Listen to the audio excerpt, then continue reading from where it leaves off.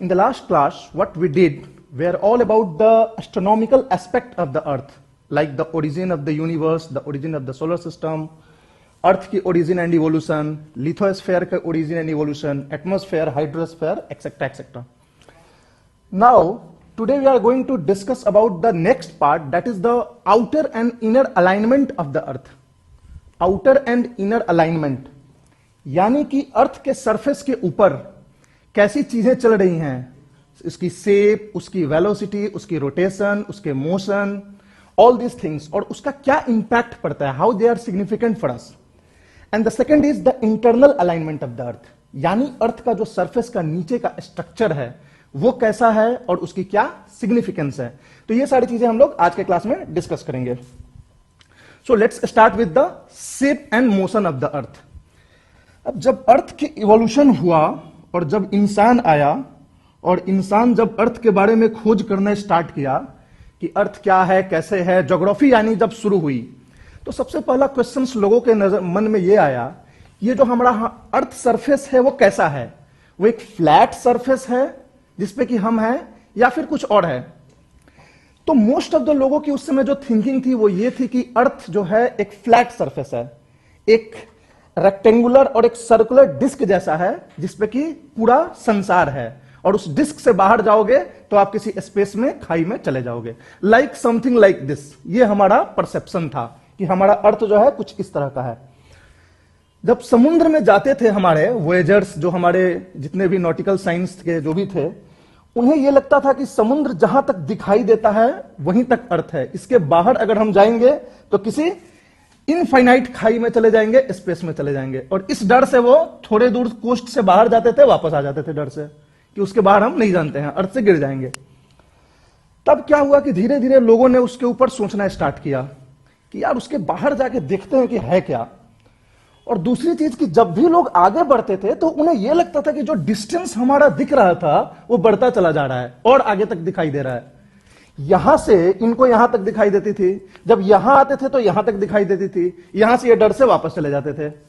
तो उसी में एक जो वोयेजर था जिसका नाम था फर्डिनांड मैगेलन, इन्होंने सोचा कि एक बार हम चल के देखते हैं लास्ट तक. अगर हम गिर गए तो मर ही जाएंगे, और अगर हम चले गए और ढूंढ लिए कि क्या है अर्थ के उस पार, तो एक हिस्ट्री में नाम हो जाएगा. तो मैगेलन और इनके क्रू ने 1519 में चलना स्टार्ट किया कोस्ट से कि चल के देखते हैं ये समुद्र कहां तक जाती है. एक ही डायरेक्शन में चलना स्टार्ट किया. वो लोग 3 साल तक चलते रहे और चलने के बाद उन्हें पता चला कि जहां से चले थे वो घूम के वहीं पे वापस आ गए. यहां से ये चले थे, घूमते चले गए, ना कोई खाई आया, ना कहीं उनकी ये हुई. तो उससे पता चला कि यार मैं यहां से चल रहा हूं, एक ही डायरेक्शन में चल रहा हूं, और वापस मैं यहीं कैसे आ गया, ये कैसे पॉसिबल है. आप कहीं पे भी जाओगे, एक डायरेक्शन में जाओगे तो कहीं और जाओगे, वापस तो नहीं आओगे. वापस एक ही शर्त में आओगे जब आप एक सर्कुलर पाथ को ट्रेवल कर रहे हो. तो उन्हें लगा कि अच्छा, तो ये अर्थ जो है कोई ये फ्लैट सरफेस नहीं है, एक सर्कुलर पाथ में हम घूम के यहीं आ गए हैं. फिर उन्होंने डायरेक्शन चेंज किया कि चलो हमने नॉर्थ की तरफ गया था, फिर से वापस आ गया, अब ईस्ट की तरफ जाते हैं. मतलब जो इधर गए थे, तो ये तो 2D इमेज है, आप इसको 3D समझो कि अब इधर आ रहे हैं. दूसरे डायरेक्शन में गए, फिर घूम के आए, तो फिर वहीं आ गए.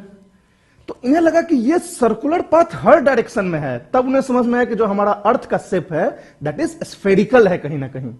तो ये एक एविडेंस आया लोगों के मन में, परसेप्शन थोड़ा सा चेंज हुआ कि नहीं, ये जो फ्लैट सरफेस नहीं है, ये हमारा जो अर्थ है वो स्फेरिकल है. मगर कोई एक आदमी के प्रूव करने से पूरी साइंटिफिक कम्युनिटी वर्ल्ड नहीं मान लेती है.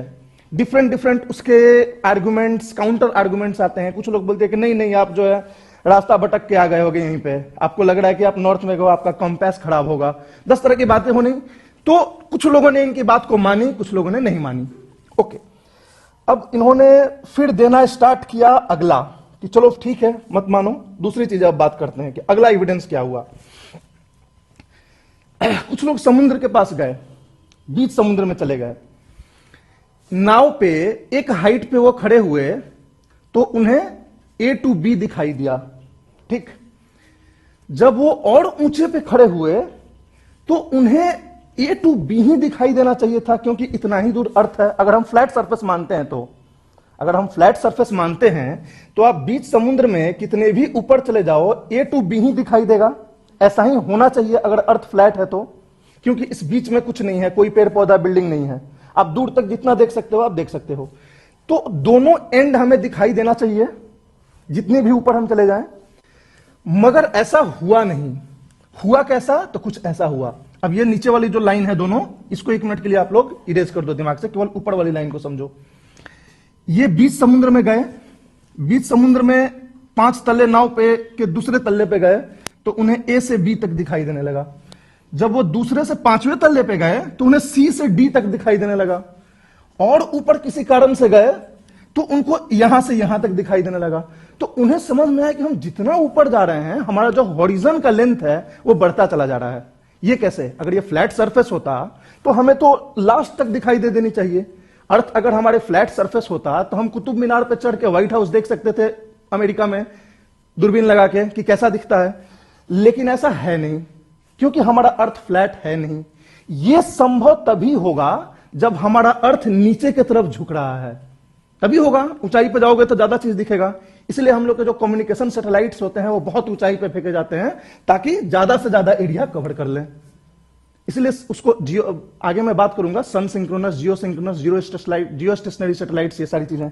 तो जितनी हाइट पे आप जा रहे हो अर्थ के ज्यादा हिस्से को आप देख पा रहे हो। तो this is because earth is spherical. तो ये एक दूसरा एविडेंस आया कि भाई अर्थ फ्लैट नहीं है, अर्थ स्फेरिकल है। फिर लोगों को इसमें भी आर्गुमेंट, काउंटर आर्गुमेंट थे कि नहीं भाई ये कुछ और होगा, ऐसा हो गया होगा, वैसा हो गया होगा। हर चीज में तो काउंटर आर्गुमेंट होते ही हैं, कोई भी साइंस डेवलप होता है तो। अब हम नेक्स्ट आते हैं, अब तीसरी चीज देखते हैं। जब भी वोएजर्स जो थे समुद्र में जाते थे वोएज करने के लिए, तो अगर फ्लैट सरफेस होता पूरा अर्थ, तो कोई और नाव दूर से आ रहा है तो पूरा नाव दिखाई देगा आता हुआ, या दूर जाएगा तो लास्ट तक पूरा नाव दिखाई देगा। लेकिन एक्चुअल में होता क्या था कि जब कोई नाव आपसे दूर जाता था या आपके पास आता था तो सबसे पहले उस नाव का झंडा दिखाई देता है, फिर नाव और पास आता है तो उस नाव की अपर सरफेस दिखाई देता है, और पास आता है तो पूरा नाव दिखाई देता है। सेम चीज वापस बैक जाने में भी होता था। जब भी कोई दूर जा रहा है तो सबसे पहले नाव का जो बेस है वो गायब हो जाता था, और सबसे लास्ट में जो ऊपर का झंडा है वो गायब होता था। तो फिर लगा वोएजर्स को कि यार अगर फ्लैट सरफेस होता तो पूरा दिखाई देना चाहिए, ऐसा क्यों होता है जैसे कोई नीचे से उठ के आ रहा है और कोई नीचे जा रहा है। अगेन एन एविडेंस कि भाई अर्थ जो है फ्लैट तो नहीं है, कुछ ना कुछ गड़बड़ है यहां पे। तो ये एक और एविडेंस आ गया अर्थ के स्फेरिसिटी से रिलेटेड, जो प्रूव करता है कि earth is a sphere, right. फिर भी कोई दिक्कत है लोगों को, और बात करते हैं भाई, और एविडेंस देते हैं। अब देखो, अर्थ अगर फ्लैट सरफेस होता तो एक जगह अगर सनराइज होती है तो वो सन जो है सब जगह दिखाई देना चाहिए पूरे अर्थ पे। ऐसा होना चाहिए ना, अगर फ्लैट सरफेस है, सूर्य अगर इधर है तो यहां भी सूर्य की रोशनी जा रही है, यहां भी जा रही है, यहां भी जा रही है, तो एक बार में इंटायर अर्थ पे डे या नाइट होना चाहिए, ठीक। बट ऐसा होता नहीं है, एक समय में कहीं पे डे होता है तो दूसरी जगह पे कहीं पे नाइट होती है। तो यहां इस कंडीशन को अब देखो, यहां पे डे हो रहा है, लेकिन ये वाला जो रीजन है, ब्लैक वाला रीजन, ये चूंकि सन के रेंज से बाहर है, रेंज से, तो यहां जो है इवनिंग नाइट वाला सिचुएशन है। तो ये जो different timing of sunrise and sunsets होता है पूरे वर्ल्ड में, that itself is an evidence that the earth is a sphere and not a flat area surface, right. तो ये एक और इसको हमें मिल गई एक एविडेंस। तो लोगों को फिर हुआ कि चलो भाई कोई नहीं, थोड़ा बहुत मान लेते हैं, लेकिन फिर उसमें भी अब उनको निकालना है कुछ प्रॉब्लम। नेक्स्ट आया लूनर इक्लिप्स। समझते हो क्या होता है? सोलर इक्लिप्स, लूनर इक्लिप्स नहीं पता है? अच्छा ठीक है, थोड़ा सा समझ लो इसमें सोलर इक्लिप्स, लूनर इक्लिप्स के बारे में। देखो, आपको पता है कि सन, अर्थ, मून सब घूम रहे हैं सब कुछ अपने अपने एक्सिस पे, अपने अपने ऑर्बिट पे घूमते घूमते कभी ऐसा हुआ, अब सन जो है वो तो स्टेडी है, सन है अपने जगह पे है, राइट। अर्थ है, ये भी रिवॉल्व कर रहा है, और अर्थ के चारों बगल कौन रिवॉल्व कर रहा है? मून। This is moon. अब ये रिवॉल्व करते करते ऐसा होता है कि कभी कभी ये मून जो यहां पे है, यहां से ये आके इधर आ जाता है बीच में, अर्थ और सन के बीच में। तो जब भी आएगा तो जो सन रेज है वो ऑब्स्ट्रक्ट होगा इस मून से, और इसकी वजह से जो हमको सन दिखाई देगा वो थोड़ा कटा दिखाई देगा।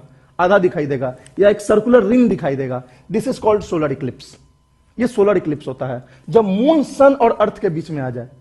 ये एक कंडीशन हो गया, तो this is called solar Eclipse, जो हमें सूर्य ग्रहण बोलते हैं। सूर्य ग्रहण में सूर्य धुंधला दिखाई देता है, अंधेरा अंधेरा टाइप लगता है। क्यों लगता है?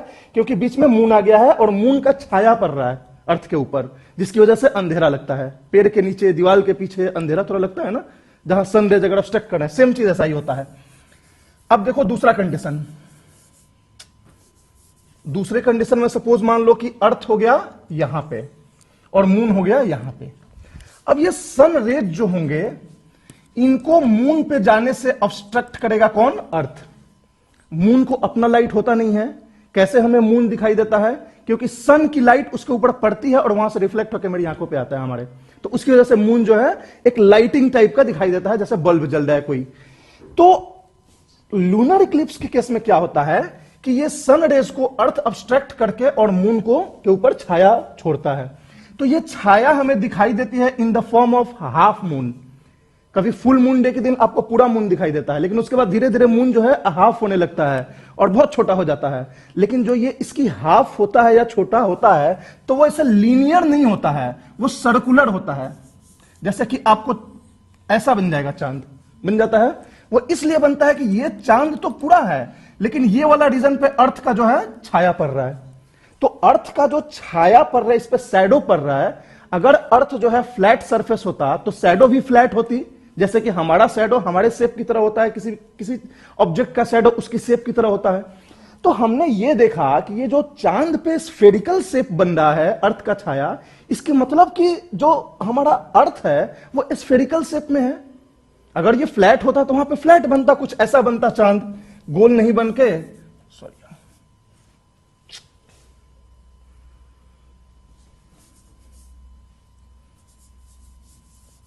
गोल नहीं बन के कुछ ऐसा चांद बन जाता, ऐसा भी बन सकता था। बट स्फेरिकल बन रहा है, इसका मतलब है कि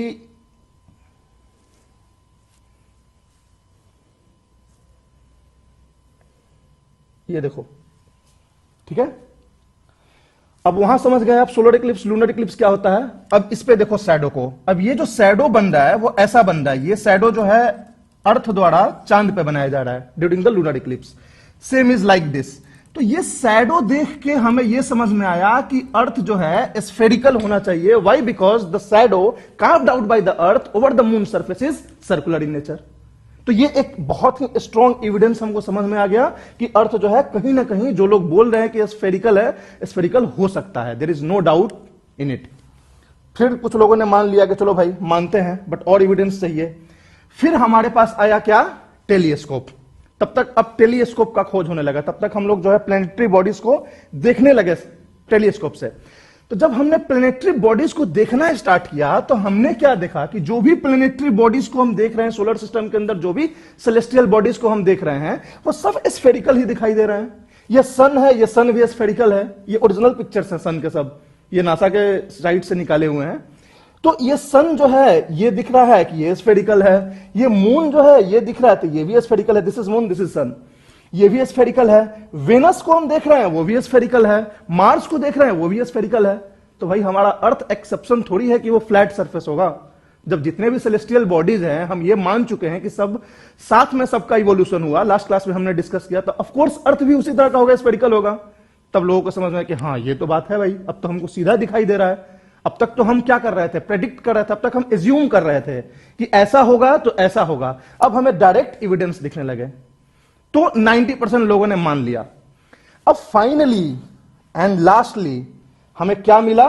सैटेलाइट इमेजेस। हमने सैटेलाइट्स भेजना स्टार्ट किया। जब हम सैटेलाइट्स भेजने लगे मून पे, स्पेस में, तो वहां से जो पिक्चर हमें आने लगी अर्थ की, वो सीधा सीधा क्लियर कर दिया कि earth is a sphere, earth is a sphere. अब ये जो पिक्चर्स हैं ये नासा के सैटेलाइट से खींची हुई अर्थ की पिक्चर है। तो इससे सीधा दिख रहा है कि ये जो है अर्थ स्फेरिकल है, और ये रशियन सैटेलाइट से खींची हुई हाई मेगापिक्सल पिक्चर है। तो ये पिक्चर से हमें सीधा सीधा दिखने लगा कि yes the earth is spherical in nature. और जो पिक्चर्स खींचे जाते हैं वो डिफरेंट फ्लाईबाइज से खींचे। फ्लाईबाई एक पाथ को बोलते हैं, सैटेलाइट की जो पाथ होती है ना डिफरेंट डिफरेंट, उसको फ्लाईबाइज बोलते हैं एस्ट्रोनॉमिकल मतलब लैंग्वेज में, टर्म्स में। तो डिफरेंट फ्लाईबाइज से जब हम फोटो खींच के और उसको मॉर्फ करके उसको जब जोड़ के हम देखते हैं तो हमारा अर्थ स्फेरिकल दिखने लगा। तो hence lastly it is proved that the earth is having the spherical structure, spherical shape. तो इस तरह से हम जो है अर्थ को स्फेरिकल समझ पाए। अब इसमें क्वेश्चन आपको कैसे आ सकता है, ये तो बहुत छोटी सी चीज है, बचपन से आप जानते हो कि earth is a ball, earth is a sphere. UPSC की एक बहुत पुरानी आदत है क्वेश्चन पूछने की। कभी कुछ वो लोग इस तरह के कभी पूछते हैं क्वेश्चन कि अर्थ स्फेयर है तो कौन कौन सा एविडेंस प्रूफ करता है कि अर्थ स्फेयर है। 4-5 इसमें आपको ऑप्शन में दे देंगे, 1, 2, 1, 2 and 3, 1, 3 and 4। तो इसमें आपको ये पांचों चीज याद रखना है कि ये जो मैंने 5 हेडिंग्स दी हैं आपको, एविडेंस ऑफ अर्थ स्फेरिटी में circum navigation of the earth, this is one of the evidence. दूसरा एविडेंस मैंने दिया है द सर्कुलर हॉरिजॉन, ये दूसरा एविडेंस आपका होगा। तीसरा एविडेंस शिप्स विजिबिलिटी, ये तीसरा एविडेंस होगा। उसी तरह से चौथा एविडेंस आपका होगा सनराइज एंड सनसेट टाइमिंग्स। ये सारी कुछ इंडिकेट करती हैं कि अर्थ इज ए स्फेयर। तो आपको ये ऑप्शंस में दिया जा सकते हैं कि which of the following phenomenon indicate that earth is a sphere. तो आपको ये याद होना चाहिए कि कौन कौन सा, द लूनर इक्लिप्स, ये भी एक इंडिकेट करता है। उसी में आपको एक ऑप्शन दे देगा solar eclipse. Does it indicate? No, क्योंकि सोलर इक्लिप्स में तो उल्टा अर्थ पे छाया पड़ रहा है, तो यहां के हम लोग को मून के बारे में तो कुछ नहीं पता चल रहा है। तो ये जो चीजें हैं वो मेन आपको बताते हैं कि अर्थ इज ए स्फेयर। तो that is all about the shape of the अर्थ, की शेप ऐसा है अर्थ का, राइट। तो एक चीज क्लियर हो गई ज्योग्राफी में कि हाँ भाई अर्थ तो हमारा स्फेरिकल है।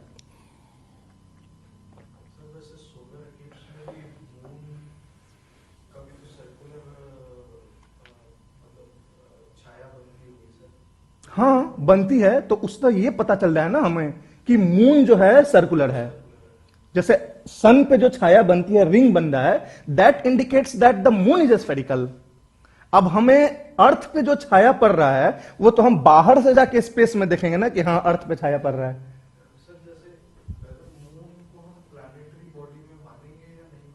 बिल्कुल मानेंगे। Planetary bodies does not mean planet. Planetary bodies means everything that evolve with the planets. समझे? तो प्लेनेटरी बॉडीज को प्लैनेट से ये मत करना कि only planets will be called planetary bodies. ये एक टर्म होता है, अम्ब्रेला टर्म होता है। सन को भी प्लेनेटरी बॉडीज मानते हैं, एस्ट्रॉइड्स को भी प्लेनेटरी बॉडीज मानते हैं। तो everything in the solar system is a planetary bodies, right. Okay, तो हमारा ये पहला एक shape of the earth clear हुआ। अब नेक्स्ट जो टॉपिक और नेक्स्ट जो डिस्कशन, हाँ इसमें एक बात याद रखना कि ये जो शेप ऑफ द अर्थ है वो परफेक्ट स्फेयर नहीं होता है। मतलब ऐसा नहीं है कि एकदम फुटबॉल की तरह एकदम स्फेयर ऐसा होगा अर्थ। अर्थ के शेप को एक स्पेशल टर्म दिया गया है, जियोइड शेप। जियोइड का मतलब होता है जियो लाइक। जियो लाइक मीन्स अर्थ लाइक। तो जियोइड शेप क्या होता है कि इसका जो दो ये होगा वो फ्लैटेंड होगा, पोल्स। ये नॉर्थ पोल और साउथ पोल फ्लैटेंड होते हैं, और इक्वेटर के पास ये बल्ज होता है, मतलब थोड़ा सा ऐसे बल्ज टाइप होता है। तो earth is something like this, ऐसा थोड़ा होता है, दो साइड से थोड़ा सा निकला हुआ और ऊपर और नीचे फ्लैटेंड। जो फ्लैटेंड सरफेस होता है वो क्या होता है, वो पोल्स होते हैं, और ये दोनों जो होता है वो इक्वेटर का पार्ट होता है। And it is due to the rotation. ये जो स्पीड ऑफ रोटेशन होती है ना, अभी तो रोटेशन की स्पीड कम हो गई है। जब अर्थ बना था और ये रोटेशन स्टार्ट हुआ था तो बहुत हाई स्पीड में अर्थ रोटेट कर रहा था। 6 घंटे में दिन और रात सारे पूरे हो जाते थे, अभी हम डिस्कस करेंगे। तो उसकी वजह से जो सेंट्रीफ्यूगल फोर्स लग रहा था, फिजिक्स में आप लोग पढ़े होंगे सेंट्रीपिटल सेंट्रीफ्यूगल फोर्स। सेंट्रीपिटल के अपोजिट बाहर साइड में सेंट्रीफ्यूगल। तो सेंट्रीफ्यूगल फोर्स की वजह से ये बल्ज बन जाता था, और उसकी वजह से हमारा अर्थ का ऐसा शेप हो गया। तो this is geoid, this is not perfect sphere. ठीक है, तो ये तो एक चीज क्लियर हो गई हमारी कि चलो ठीक है, अर्थ के बारे में हम समझ गए कि अर्थ जो है स्फेरिकल है। अब देखो कि दूसरी समस्या जो लोगों के पास आई, जो हमारे ज्योग्राफर्स के पास आया, वो आया लोकेशन बताने का, कि कहीं पे भी अर्थ जो है सब जगह एक ही जैसा दिख रहा है हर तरीके से। ठीक है, कहीं से कोई कोना नहीं दिख रहा है, कहीं से कोई बाहर निकला हुआ नहीं, मतलब छोड़ दो उसको इक्वेटर को और पोल को, वो हल्का हल्का उसके अलावा अगर तुम कंसीडर करो एक अम्ब्रेला टर्म्स में, तो ये एक परफेक्ट स्फेयर की तरह है। तो हमें कहीं से कुछ दिख नहीं रहा है जिसको कि हम रेफरेंस माने कहीं का लोकेशन बताने के लिए। जैसे आपको एड्रेस, आप कुछ भी लिखते हो तो एक लैंडमार्क देते हो कि फलाने सिनेमा से 300 मीटर साउथ, फलाने बिल्डिंग से 200 मीटर ये। तो सबसे बड़ी चैलेंज जो थी हमारे अर्थ पे वो ये थी कि हम लैंडमार्क क्या बनाएं, किससे हम लोकेशंस मापें। कि कोई चीज को अगर लोकेट करना है कि लंदन कहां है अर्थ पे, तो आप क्या बोलोगे? कुछ तो होना चाहिए ना कि इतने डिग्री नॉर्थ में है, इतने डिग्री ईस्ट में है। तो ये जो नॉर्थ ईस्ट डिग्री किससे कैसे नापेंगे, ये सबसे बड़ा चैलेंज था हमारे पास कि हम इसको डिवीजन कैसे करें। राइट, आपने बचपन में 10th क्लास में ग्राफ्स पढ़े होंगे। 10th के में आप लोगों को, आई होप कि everybody has studied maths till class 10th। Class 10th तक तो सभी लोगों ने पढ़ा है। आपने एक ऐसा ग्राफिकल प्रेजेंटेशन आपने पढ़ा होगा, याद है? थोड़ा सा उसको याद करो। देखो, आज का जो हमारा टॉपिक है ना, उसमें विजुअल एबिलिटी की बहुत जरूरत है, क्योंकि ये जो हम जो भी पढ़ा रहे हैं सब कुछ 3D में चल रहा है। आपको बोर्ड 2D है, कोई भी चीज, तो आपको ना इसको विजुअलाइज करने की जरूरत है कि हम हर चीज को विजुअलाइज करें। तो इसको थोड़ा सा ना विजुअल एबिलिटी को ध्यान में रखिएगा। मैंने लास्ट क्लास में बोला था कि 6th क्लास का एनसीईआरटी पढ़ के आने के लिए, आप लोग पढ़ के आए हैं उसको? कोई बात नहीं, लेकिन जो भी मैं पढ़ा रहा हूं, एक दिन पहले मैं बता रहा हूं कि एनसीईआरटी का ये चैप्टर पढ़ लो, तो एटलीस्ट आप एक बार रीडिंग लेके आओ, ताकि आपको ना ज्यादा समझ में आएगी चीजों को। या फिर यहां से जाके पढ़ के वीडियो देखना और ज्यादा समझ में आएगी। ठीक है, तो हमने जो है 10th क्लास में एक ग्राफिकल प्रेजेंटेशन का पढ़ते थे हम लोग। ये एक्स एक्सिस हुआ करता था, ये वाई एक्सिस हुआ करता था। राइट, और ऐसे छोटे छोटे लाइंस बने होते थे। वो ग्राफ वाला पेज देखे हो, जो छोटे छोटे नेटवर्क्स लाइंस के बने होते हैं।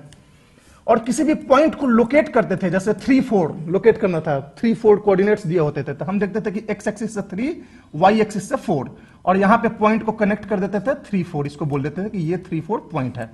राइट, तो ये 3-4 पॉइंट बताना, कहीं पे भी लोकेट करना, इसके लिए आप क्या कर रहे हो? 2 रेफरेंस से लोकेट कर रहे हो, एक एक्स एक्सिस से, एक वाई एक्सिस से। कि कोई भी पॉइंट एक्स एक्सिस से कितनी दूर है, वाई एक्सिस से कितनी दूर है। तो ये एक तरह से आप क्या कर रहे हो, तो एक लीनियर डिस्टेंस बता रहे हो फ्रॉम द सेंटर, और एक बीच में सेंटर आप ये कर रहे हो कि इस सेंटर से ये पॉइंट एक्स एक्सिस पे 3 मीटर है, वाई एक्सिस पे 4 मीटर है। तो ये तो एक फ्लैट सरफेस हुआ, 2 डायमेंशनल हुआ, फ्लैट सरफेस हुआ। ये काम आप जब स्फीयर में करोगे, एक 3 डायमेंशनल में करोगे, तो ये जो लाइंस आपको दिख रहे हैं ये एक सर्कल बन जाएंगे, और ये जो पॉइंट है वो अर्थ के अंदर सेंटर बन जाएगा। अब आपको इमेजिन करो, दिस इज अ 2 डायमेंशनल। अब इसको आप उठाओ और एक स्फीयर बनाओ, तो ये जो लाइन है वो आपको एक सर्कल बन जाएगा। ये जो एक्स एक्सिस है वो भी एक सर्कल बन जाएगा, और ये सेंटर अंदर चला जाएगा। दिस इज लाइक, विजुअलाइज कर पा रहे हो इस चीज को? Are you visualising this? तो ये होता है आपका लैटिट्यूड लॉन्गिट्यूड। इस तरह से डेवलप हुआ हमारा, क्योंकि हमें जरूरत थी कुछ रेफरेंस की, जिसके थ्रू हम लोकेट कर सके अर्थ पे डिफरेंट डिफरेंट लोकेशंस। तो जो भी चीजें हैं, ये 3-4 एक्स एक्सिस से इतना दूर, वाई एक्सिस से इतना दूर, ये सब लीनियर डिस्टेंस है। क्यों? क्योंकि ये 2 डायमेंशनल इमेज है।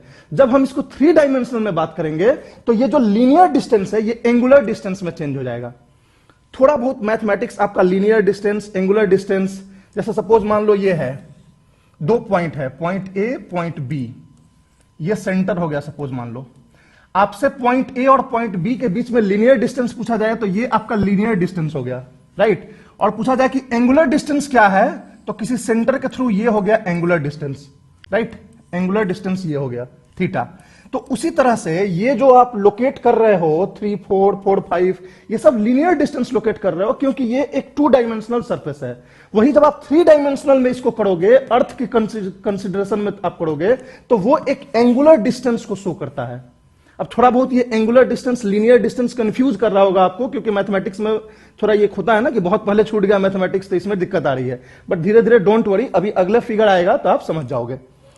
तो ये लैटिट्यूड्स और लॉन्गिट्यूड्स होते क्या हैं? सबसे पहली बात है कि ये इमेजिनरी लाइंस होते हैं जो ड्रॉ कर किए जाते हैं अर्थ के सरफेस पे to locate places over the globe. इसको लोकेट करने के लिए प्लेसेस को हम जो ये इमेजिनरी लाइंस बनाते हैं। लेकिन ये इमेजिनरी लाइंस बनाते हैं तो बनाने से पहले हमें एक एक्स एक्सिस, वाई एक्सिस की तरह रेफरेंस लाइन चाहिए कि एक्स एक्सिस हम किसको मानेंगे, वाई एक्सिस किसको मानेंगे।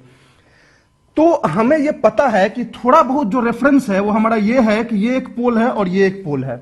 ठीक है, 2 पोल है। राइट, अब हम क्या सोचे कि अर्थ को एक ऐसा लाइन बनाते हैं, ऐसा सर्कल बनाते हैं जो अर्थ को दो भाग में बांट दे, 2 इक्वल पार्ट्स में अर्थ को बांट दे। तो इससे हमको पता चला कि ये जो है बीचों बीच अगर एक लाइन हम ड्रॉ कर देते हैं अर्थ के चारों तरफ, सपोज ये अर्थ समझो आप, तो चारों तरफ अगर एक लाइन ड्रॉ कर देते हैं तो नॉर्थ पोल साउथ पोल लिए हुए दो भाग में अर्थ बट जाएगा। तो ये जो लाइन ड्रॉ किए ये हो गया आपका इक्वेटर, इसको इक्वेटर बोला गया। और इसको जो है हम 0 डिग्री मान लिए कि ये जो है 0 डिग्री हो गया हमारा। अब जो भी लाइन हम ड्रॉ करेंगे इसी के रेफरेंस में ड्रॉ करेंगे। अगर ऊपर ड्रॉ करेंगे तो नॉर्थ लेटीट्यूड कहला जाएगा, नीचे ड्रॉ करेंगे तो साउथ लेटीट्यूड कहला जाएगा। तो ये नॉर्थ और साउथ लेटीट्यूड जो बने हैं, 10 degree latitude north, 20 degree north latitude, 30 degree north latitude, ये जो डिग्री हैं 10, 20, 30, ये इस 0 डिग्री के रेफरेंस में है। 0 डिग्री हमने एज्यूम कर लिया क्योंकि ये जो है सबसे बड़ा सर्कल होगा जो कि अर्थ को दो भागों में बांटता है। उसके ऊपर वाले जितने सर्कल होंगे छोटे होते जाएंगे ऊपर जाओगे तो इसलिए हमने इसको एक रेफरेंस बना लिया। तो एक साइड का तो हमने रेफरेंस बना लिया, एक्स एक्सिस हमने बना लिया, लेकिन हमको एग्जैक्ट लोकेशन के लिए एक वाई एक्सिस भी चाहिए, क्योंकि केवल हम एक ही एक्सिस रखेंगे तो हमारा लंदन हो या जापान का टोक्यो हो, दोनों सेम लेटीट्यूड पे पड़ जाएगा और फिर हम कंफ्यूज हो जाएंगे। सेम 30 डिग्री नॉर्थ लेटीट्यूड पे यहां भी का भी कुछ पड़ेगा, यहां का भी पड़ेगा जगह। तो हमें एक वर्टिकल भी एक्सिस चाहिए इसको ठीक करने के लिए और इसको प्रिसाइज करने के लिए। तो वर्टिकल एक्सिस के लिए हमको लॉन्गिट्यूड की जरूरत पड़ी। लेटीट्यूड हमने बनाया एक हॉरिजॉन्टल एक्सिस के लिए, एक वर्टिकल एक्सिस के लिए हमने लॉन्गिट्यूड बनाया। अब लॉन्गिट्यूड बनाने में एक प्रॉब्लम आ गई, लैटिट्यूड बनाने में कोई प्रॉब्लम नहीं आई, क्योंकि लैटिट्यूड में एक ऐसा सर्कल था जो इक्वेटर का काम कर दिया, जो दो भाग में अर्थ को बांट दिया। अब लॉन्गिट्यूड बनाने में हमको नॉर्थ पोल और साउथ पोल को कनेक्ट करके हमें लाइंस बनाने थे, ठीक है। तो इसको जब हम दो भाग में बांट के ऐसे बनाने की कोशिश कर रहे थे तो हमारे लोकेशन सही से नहीं आ रहे थे। हमको एक चाहिए था कि लाइन इधर से ड्रॉ करे 0 डिग्री और उसके अपोजिट साइड भी ड्रॉ करे 360 डिग्री को शो करने के लिए। लेकिन अब क्वेश्चन ये आता है कि आप इसको कोई भी लाइन ड्रॉ करोगे तो सब लाइन बराबर है, सब लाइन एक जैसा है, किसको आप 0 डिग्री मानोगे?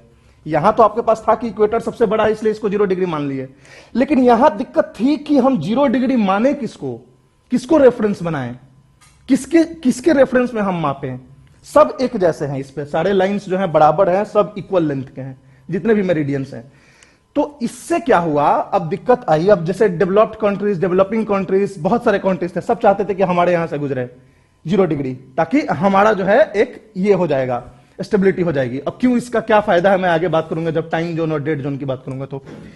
तो उस टाइम में ब्रिटेन की डोमिनेंस थी, ब्रिटिश जो थे वो सब जगह, मतलब उनका पूरे साम्राज्य था। ये बात है 1852 की, 1852 की।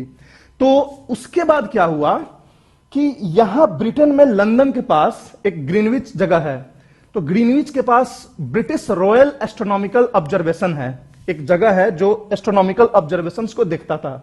तो काफी सारे एस्ट्रोनॉमिकल ऑब्जर्वेशंस उसके अचीवमेंट रहे हैं, बड़े बड़े साइंटिस्ट उसके मेंबर थे। तो ब्रिटेन ने क्या किया, उसने बोला कि एक काम करो, इतने बड़ा एस्ट्रोनॉमिकल ऑब्जर्वेशन जिस जगह पे है उसी जगह से स्टार्ट करते हैं। और वो जगह कहां था, लंदन में था, लंदन के पास ग्रीनविच है। तो इसीलिए ग्रीनविच से गुजरने वाली लाइन, मतलब कि नॉर्थ पोल से साउथ पोल के कनेक्टेड एक लाइन होगा जो ग्रीनविच से गुजरेगा, उसको हम 0 डिग्री मेरिडियन मानेंगे और उसी से हम रेफरेंस स्टार्ट करेंगे पूरे अर्थ का। वहीं से 0 degree, 10 degree east, 20 degree east west, सब वहीं से हम शुरू करेंगे। मतलब जो हमारा वाई एक्सिस था, जो हमें जरूरत थी, वो यहां मिल गई, राइट। और इसी के अपोजिट में जो है वो 180 डिग्री होगा। तो इसको हमने प्राइम मेरिडियन बोल दिया, क्यों? क्योंकि ये हमारा रेफरेंस है, इसी से हम सब कुछ नाप रहे हैं। और इसके अपोजिट वाले को हमने एंटी मेरिडियन बोल दिया, राइट। तो prime meridian 0 degree, 180 degree anti meridian.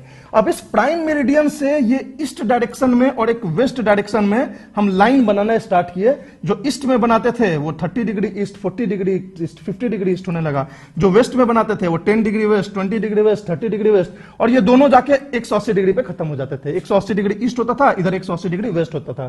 तो 180 मिला के 360 हो गया पूरा अर्थ। एक पूरा जो सर्कल होता है वो 360 डिग्री होता है ना, पता है आप लोगों को हल्का फुल्का ज्योमेट्री में। तो ये पूरा 360 ये कवर हो गया हमारा। और इधर जो है हमारा ऊपर तक 90 तक, इधर तक 90 तक कवर हो गया। तो इस तरीके से हमारा पूरा नेटवर्क बन गया, जैसे ये ग्राफ में नेटवर्क होता था ना, उसी तरह से एक पूरा ग्रिड बन गया, नेटवर्क बन गया अब लोकेट करने के लिए। तो ये जो है लोकेट करने के लिए हमने लैटिट्यूड्स लॉन्गिट्यूड्स बनाए। अब आपको जो थोड़ा सा एंगल वाला कंफ्यूजन था कि ये कैसे हम 10 डिग्री नॉर्थ को कैसे, इसी को हम क्यों 10 डिग्री नॉर्थ बोले, इसी को क्यों 20 डिग्री नॉर्थ बोले, ये 10 डिग्री 20 डिग्री किससे नाप रहे हैं, ये थोड़ा सा कंफ्यूजन आपको हो रहा होगा। इधर भी 10 डिग्री 20 डिग्री किससे नाप रहे हैं। तो आप नेक्स्ट इमेज देखो, नेक्स्ट इमेज से आपको क्लियर हो जाएगा। अब ये देखो, ये 3 डायमेंशनल इमेज है। ये हो गया आपका इक्वेटर 0 हो गया, ये हो गया आपका सेंटर ऑफ द अर्थ। तो इक्वेटर से सेंटर को एक लाइन कनेक्ट करें हम, ठीक है, और पूरे अर्थ सरफेस पे जो जहां जहां है उतने एंगल को हमने उतना डिग्री मान लिया। जैसे मान लो ये वाला रीजन जो है वो सेंटर से 30 डिग्री का एंगल बना रहा है, तो ये 30 डिग्री नॉर्थ लेटीट्यूड हो गया। ये एंगल जो है 45 डिग्री बना रहा है, तो 45 डिग्री लेटीट्यूड हो गया। उसी तरह से जो हमारा नॉर्थ पोल है वो 90 डिग्री का एंगल बना रहा है इस लाइन से, तो ये 90 डिग्री हो गया। तो इस तरह से पूरे अर्थ को हम नॉर्थ लेटीट्यूड और साउथ लेटीट्यूड में बांट दिए, चारों बगल। ये आप 1-2 डायमेंशन में मत सोचो, 3 डायमेंशन में सोचो। सब जगह पूरे अर्थ को हम 90 डिग्री ऊपर 90 डिग्री नीचे में बांट दिया हमने, राइट। तो ये हो गया हमारा इस तरह से लेटीट्यूड्स का बांटना।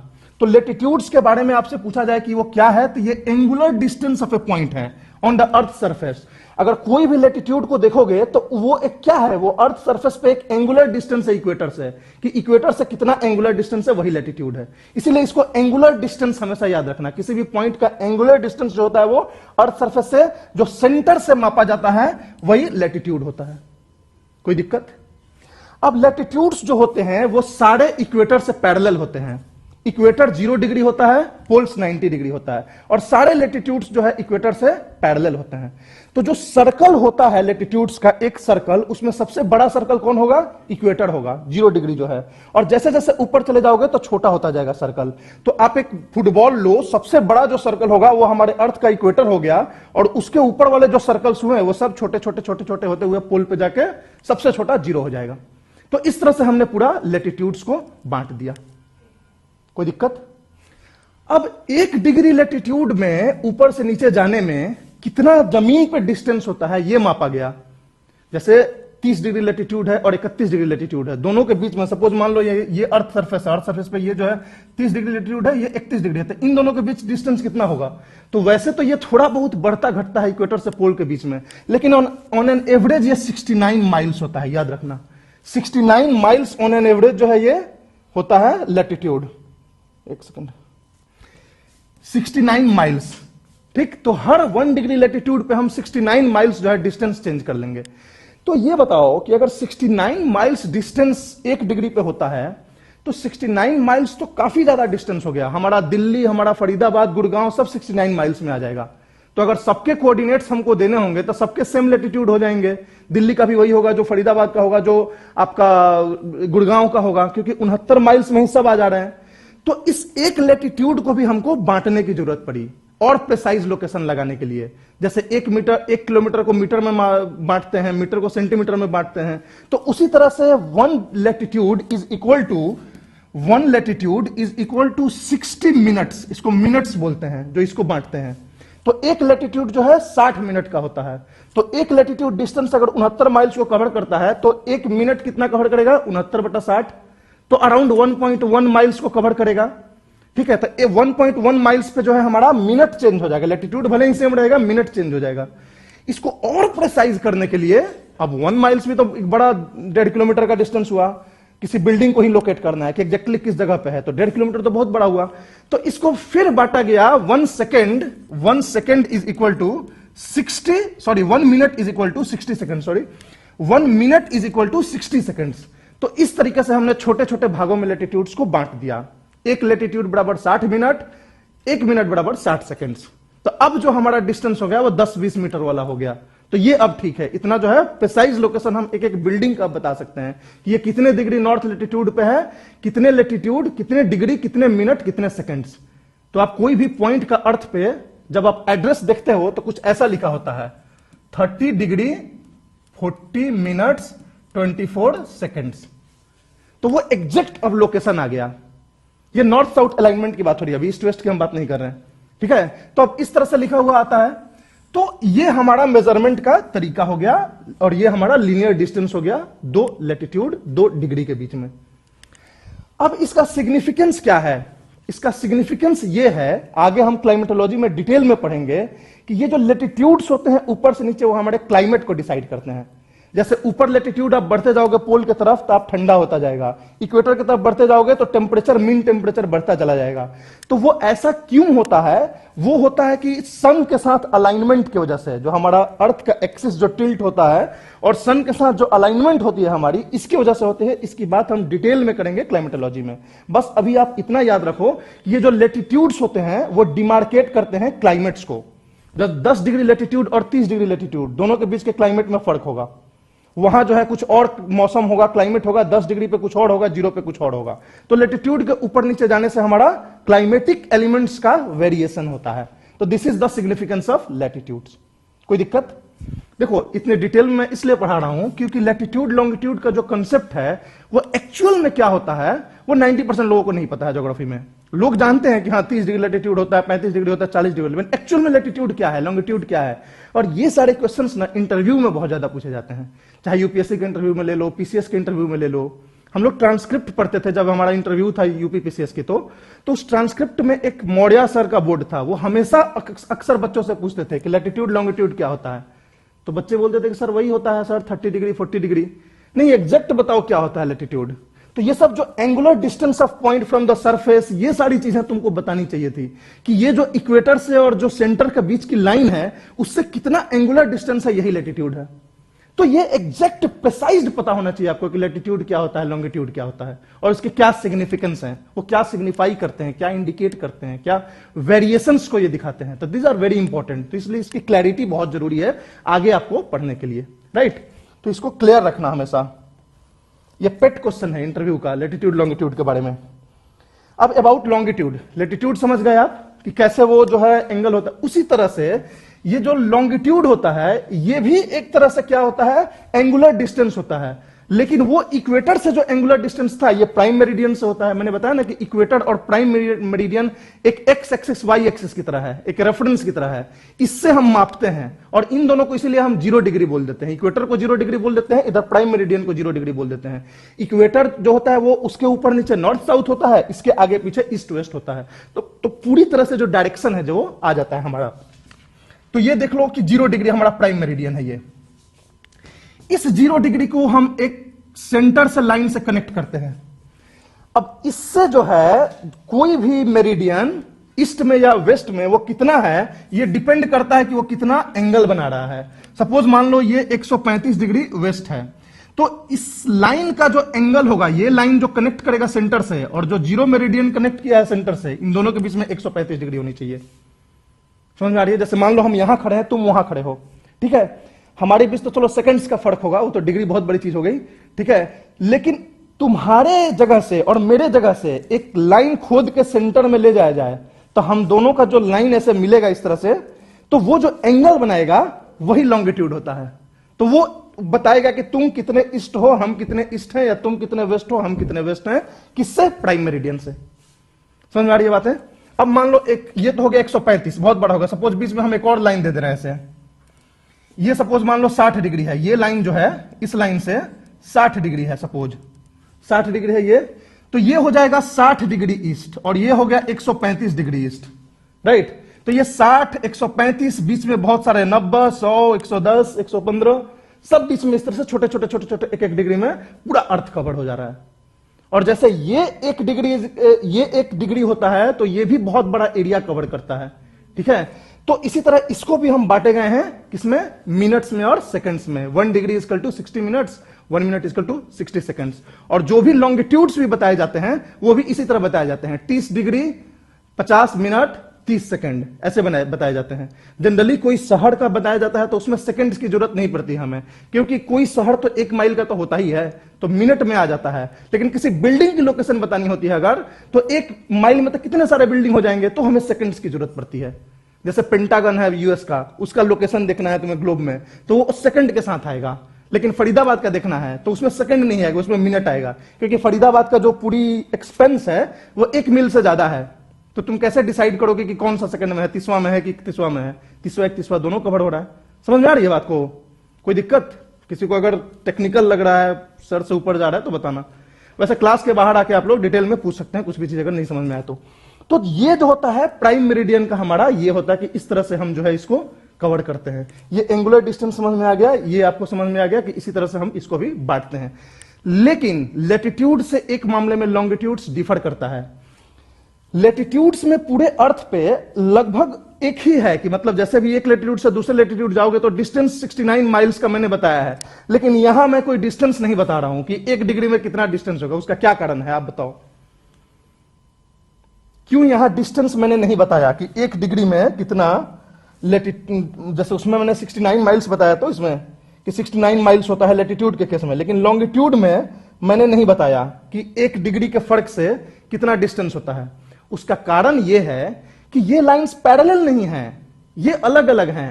ये देखो सब लाइंस को, नॉर्थ पोल से निकल रहा है, साउथ पोल पे जा रहा है, ये भी नॉर्थ पोल से निकल रहा है, ये भी नॉर्थ पोल से निकल रहा है। तो जितने लॉन्गिट्यूड्स हैं वो सब जो है एक ही पॉइंट से कर रहे हैं, और जब ये इक्वेटर पे पहुंचते हैं तो इनके बीच का डिस्टेंस जो है बढ़ जाता है, और पोल पे जाते हैं तो घट जाता है। तो उनका जो शेप है ऐसा है, ये पैरेलल्स नहीं होते longitudes. Unlike latitudes which are parallel, longitudes are not parallel. तो इनके बीच में अगर कोई पूछे कि 1 डिग्री लॉन्गिट्यूड चेंज करने से कितना डिस्टेंस होगा, तो ये आप नहीं बोल सकते हो। इक्वेटर पे कोई और डिस्टेंस होगा, 30 डिग्री पे कोई और होगा, यहां कोई और डिस्टेंस होगा, यहां कोई और डिस्टेंस होगा। That's why we don't say. हाँ, बस इतना जानते हैं कि इक्वेटर पे मैक्सिमम होगा इनके बीच का डिफरेंस। जैसे जैसे पोल की तरफ जाएंगे तो वो डिस्टेंस घटता चला जाएगा। जैसे आप पोल पे एग्जैक्ट पहुंच जाओगे तो डिस्टेंस इनके बीच का 0 हो जाएगा। मैथमेटिक्स है, समझो इसको, ज्योमेट्री की तरह समझो इसको। यहां ज्योग्राफी कम, मैथमेटिक्स और ज्योमेट्री का ज्यादा एप्लीकेशन है, इसलिए मैं बोल रहा हूं कि इसको विजुअलाइज करो। विजुअलाइज करने की कोशिश करोगे ज्यादा अच्छे से इसको समझ में आएगा। कोई दिक्कत? तो this is all about the longitude. तो लॉन्गिट्यूड के बारे में आपसे पूछा जाएगा तो वो क्या बोलोगे कि ये भी एक तरह का एंगुलर डिस्टेंस है, लेकिन ये प्राइम मेरिडियन से है। प्राइम मेरिडियन जिसको हमने खुद से 0 मान लिया, ग्रीनविच मीन टाइम जिसको बोलते हैं, तो उससे एंगुलर जो है डिस्टेंस जो है लॉन्गिट्यूड्स होता है। ठीक है, लॉन्गिट्यूड्स के बारे में एक बात ध्यान रखना कि लॉन्गिट्यूड्स के चेंज होने से क्लाइमेट चेंज नहीं होता है। क्यों? क्योंकि अब सपोज मान लो दिस इज इक्वेटर, ये मान लो 0 डिग्री है, इक्वेटर है। इसी 0 डिग्री पे यहां जाओगे तो 160 डिग्री वेस्ट होगा, यहां जाओगे तो 150 डिग्री वेस्ट होगा, 135 डिग्री वेस्ट है, 120 डिग्री 60 डिग्री वेस्ट है, 0 डिग्री हो गया, 30 डिग्री ईस्ट हो गया। तो सारे जो लॉन्गिट्यूड्स हैं इस इक्वेटर पे हैं, तो एक लॉन्गिट्यूड से दूसरे लॉन्गिट्यूड पे जाओगे तो क्लाइमेट में कोई वेरिएशन नहीं होगा। क्यों? क्योंकि लैटिट्यूड तो सेम है ना। समझ में आ रही है बात को? लैटिट्यूड ये 0 डिग्री है, इसी 0 डिग्री से सारे लॉन्गिट्यूड पास हो रहे हैं। तो एक लॉन्गिट्यूड से दूसरे लॉन्गिट्यूड पे जाते हो तो आपका कोई क्लाइमेटिक वेरिएशन नहीं होता है। यही कारण है कि अफ्रीका का क्लाइमेट और नॉर्थ अमेरिका क्लाइमेट इक्वेटर के पास सेम होता है। क्यों? क्योंकि इक्वेटर दोनों साइड से गुजर रहा है। एंड दिस इक्वेटर ट्रॉपिक्स या latitudes decide the climates, not longitudes. समझ में आ रही है बातें? कोई दिक्कत कि लॉन्गिट्यूड से क्यों नहीं वेरिएशन होता है? हां, एक ही लॉन्गिट्यूड पे आप ऊपर नीचे जाओगे, लैटिट्यूड चेंज करोगे तब होगा, क्योंकि आप लैटिट्यूड अब चेंज कर रहे हो तो क्लाइमेटिक वेरिएशन होगा। एक ही लैटिट्यूड पे अगर लॉन्गिट्यूड चेंज करोगे तो नहीं होगा। समझ में आ रही बात है? तो इसलिए ये जो होता है लॉन्गिट्यूड जो है, कभी भी इससे, जैसे एक क्वेश्चन आया था यूपीएससी में कि which of the following, question था कि which of the following has an impact over the climate. पहला ऑप्शन था एल्टीट्यूड, एल्टीट्यूड मतलब हाइट, दूसरा ऑप्शन था लैटिट्यूड, तीसरा ऑप्शन था वेजिटेशन मतलब पेड़ पौधा होना, जंगल होना, और चौथा ऑप्शन था longitude. A B C D में कौन सा आंसर होगा? तो the answer is D, longitude. Because longitude के वेरिएशन से एक लॉन्गिट्यूड से दूसरे लॉन्गिट्यूड में क्लाइमेट पे कोई इंपैक्ट नहीं पड़ता है, लैटिट्यूड के वेरिएशन से क्लाइमेट पे इंपैक्ट पड़ता है। कोई दिक्कत, कोई प्रॉब्लम? तो ये आपका लॉन्गिट्यूड्स हो गया। इसको विजुअलाइज करना, घर जाके सोचना इसके ऊपर कैसे लॉन्गिट्यूड, एक ग्लोब लेके सोचना, ग्लोब को पकड़ना, उसको लेके देखना सारा लॉन्गिट्यूड सब तरह से। अच्छा, तो ऐसे सारे लाइंस जा रहे हैं ग्लोब पे, सीधा सीधा दिखेगा कि ये लाइंस जो है वो चौड़े होते जा रहे हैं। जैसे कि आप इस डायग्राम में देख लो, इस डायग्राम में देख लो, ये जो है यहां पे सारे डिस्टेंस कम हो जा रहा है सबके बीच में, यहां पे सबके बीच में डिस्टेंस बढ़ जा रहा है उन्हीं लाइंस के। तो इस तरह से लॉन्गिट्यूड्स होता है। तो लैटिट्यूड लॉन्गिट्यूड्स दोनों मिला के हमको वो कोऑर्डिनेट्स देते हैं, वो लोकेशन देने में हमें हेल्प करते हैं। तो इस तरह से हम हर जगह का जो लोकेशन जो है, इतना डिग्री नॉर्थ, इतना डिग्री ईस्ट, इस तरह से बताते हैं, इतना नॉर्थ, इतना वेस्ट। तो नॉर्थ, साउथ और ईस्ट वेस्ट 4 डायरेक्शन है। इस डायरेक्शन के थ्रू हम जो है ऐसे सब कुछ, हर लोकेशन का, हम हर प्लेसेस का एग्जैक्ट लोकेशन बताते हैं। तो this is the main purpose of latitude and longitude. और दूसरी बात, एक बात याद रखना, लैटिट्यूड लॉन्गिट्यूड धरती पे ऑलरेडी बना हुआ नहीं आया है, ये इमेजिनरी लाइंस होते हैं। ये मत सोचना कि अर्थ ऐसा बना हुआ है और एक लाइन बाउंड्री टाइप की बनी हुई है कि ये 30 डिग्री का बाउंड्री है, ये 20 डिग्री का बाउंड्री है, ऐसा कुछ भी नहीं होता है। ये हमने अपने सहूलियत के लिए ये इमेजिनरी लाइन्स बनाए हैं, लैटिट्यूड्स और लॉन्गिट्यूड्स, ताकि हम समझ पाए कि कैसे क्या चलता है। कोई दिक्कत? अब ग्रिड क्या होता है? Latitude longitude grid. जब कोई कुछ बोला, ओके, मुझे लगा कोई पूछ लो। तो लैटिट्यूड लॉन्गिट्यूड ग्रिड क्या होता है? देखो, जैसे हम लोग, मैंने बताया ना कि ग्राफ वाला जो पेपर होता था, उसमें छोटे छोटे छोटे छोटे ऐसे लाइंस होते थे, इस तरह से होते थे, ऐसे होते थे, और उसी में आपको लोकेट करना होता था। सब 1 number, 2 number, 3 number, 1 number, 2 number देता था और आप सीधा लोकेट कर देते थे आसानी से। तो that was a grid of X axis and Y axis. तो उसी तरह से ना, जिस सरफेस पे जहां भी सारे लैटिट्यूड्स और लॉन्गिट्यूड्स जो है छोटे छोटे छोटे छोटे शो किए जाते हैं ना, उसी को ग्रिड्स बोलते हैं। तो ये लैटिट्यूड लॉन्गिट्यूड ग्रिड्स होता है। ये मैप वगैरह में लोकेट करने में बहुत हेल्पफुल होता है। ज्योग्राफिकल इंफॉर्मेशन सिस्टम का यूज करते हो, जीआईएस, ये सब कॉन्सेप्ट जो है थोड़ा नया और मतलब डायनेमिक कॉन्सेप्ट है, इन सबको थोड़ा सा पढ़ते रहना। ज्योग्राफिकल इंफॉर्मेशन सिस्टम, जीआईएस, उसमें ये लैटिट्यूड लॉन्गिट्यूड का बहुत ग्रिड का जरूरत होती है। अब ये पूरा जो ग्रिड है, यहां बताना है कि वाशिंगटन कहां है, तो ये लैटिट्यूड लॉन्गिट्यूड ग्रिड पे आप पढ़ के बता दोगे कि इतना डिग्री नॉर्थ और इतना डिग्री ईस्ट में है। उस तरह से पता है टोक्यो कहां है, तो वो बता दोगे। न्यू दिल्ली कहां है, तो उसको बता दोगे। तो इस तरीके से ये जो ग्रिड है ना, हम लोग एग्जैक्ट लोकेशन जो है बताते हैं पूरे अर्थ पे कि कौन सी जगह पे कहां है। राइट? कोई दिक्कत? तो that was all about the latitude and longitude. अब नेक्स्ट जो इसमें देखना है हमें, ये देखना है कि मोशंस ऑफ द अर्थ, अर्थ के मोशंस कैसे होते हैं, कौन कौन से मोशंस होते हैं। ये तो पता है कि अर्थ जो है घूमता है।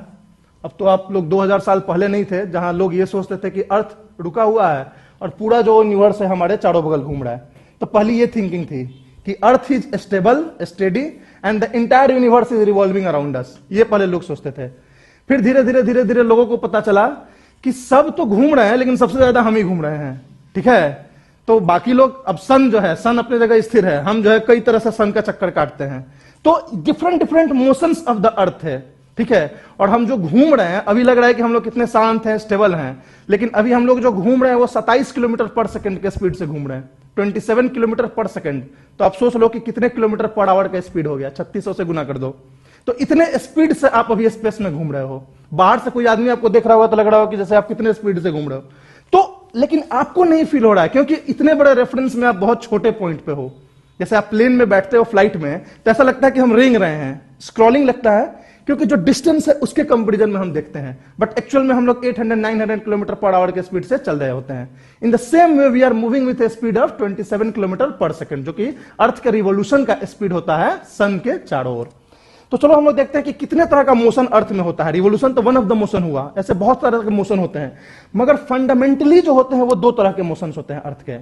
उसके अलावा और भी मोशंस होते हैं, मैं उसके भी थोड़ा बहुत डिस्कस करूंगा। I will not go in much detail, ज्यादा डिटेल में जाने की कोई फायदा नहीं है उन सब चीजों में। लेकिन ये जो फंडामेंटल मोशन होता है अर्थ का, वो 2 होता है। एक होता है रोटेशन और एक होता है रिवोल्यूशन। ठीक है? रोटेशन का मतलब होता है कि अपने एक्सिस पे घूम रहे हैं हम। अर्थ जो है एक लट्टू की तरह घूम रही है एक ही जगह पे, दिस इज रोटेशन। रिवोल्यूशन का मतलब होता है कि हम लीनियर डिस्टेंस जो है कवर कर रहे हैं और एक किसी पर्टिकुलर ऑब्जेक्ट के चारों बगल घूम रहे हैं, तो दिस इज रिवोल्यूशन। तो आपको पता होना चाहिए 3-4 चीज रोटेशन और रिवोल्यूशन के बारे में। वैसे तो नॉर्मल सबको पता है कि भाई 24 घंटे में एक बार अर्थ घूम जाता है, 365 दिन में एक बार जो है सन के चारों बगल घूम जाता है, बट एग्जैक्ट चीजें पता होनी चाहिए। अब आप एक ज्योग्राफी के तौर पे सोचेंगे इन सब चीजों को कि ये जो घूम रहा है वो क्यों घूम रहा है, क्यों नहीं अर्थ रुक जा रहा है, जो रोटेट कर रहा है। ऐसा तो है नहीं कि कोई ऊपर से मार मार के उसको लगातार रोटेट करा रहा है जैसे हम लोग ग्लोब को कराते हैं, बट फिर भी वो क्यों नहीं खुद से रुक जा रहा है, या रिवोल्यूशन क्यों हो रहा है, ये शुरू कैसे हुआ और इसका क्या इंपैक्ट है, सिग्निफिकेंस क्या है, रोटेशन की वजह से क्या होता है और क्या होगा अगर ये रोटेशन रुक जाएगा। तो ये सब जो ना जनरल अवेयरनेस दिमाग जो यूपीएससी पूछती है, एक दिन क्वेश्चन आ जाएगा कि what happens if the rotation of the earth stops. 4 ऐसे ऑप्शन आपको दे देगा, 1 and 2, 2 and 3, 3 and 4, इस तरह से आपको उसमें सेलेक्ट करने होंगे। तो ऐसे ऐसे टाइप के क्वेश्चंस को ना सोचो, इस तरह के अपने दिमाग से निकालो कि हाँ अगर अर्थ का रोटेशन रुक जाए तो क्या होगा, अर्थ जो है अपने एक्सिस पे ऐसे टिल्टेड है, अगर वो सीधा हो जाए तो क्या होगा।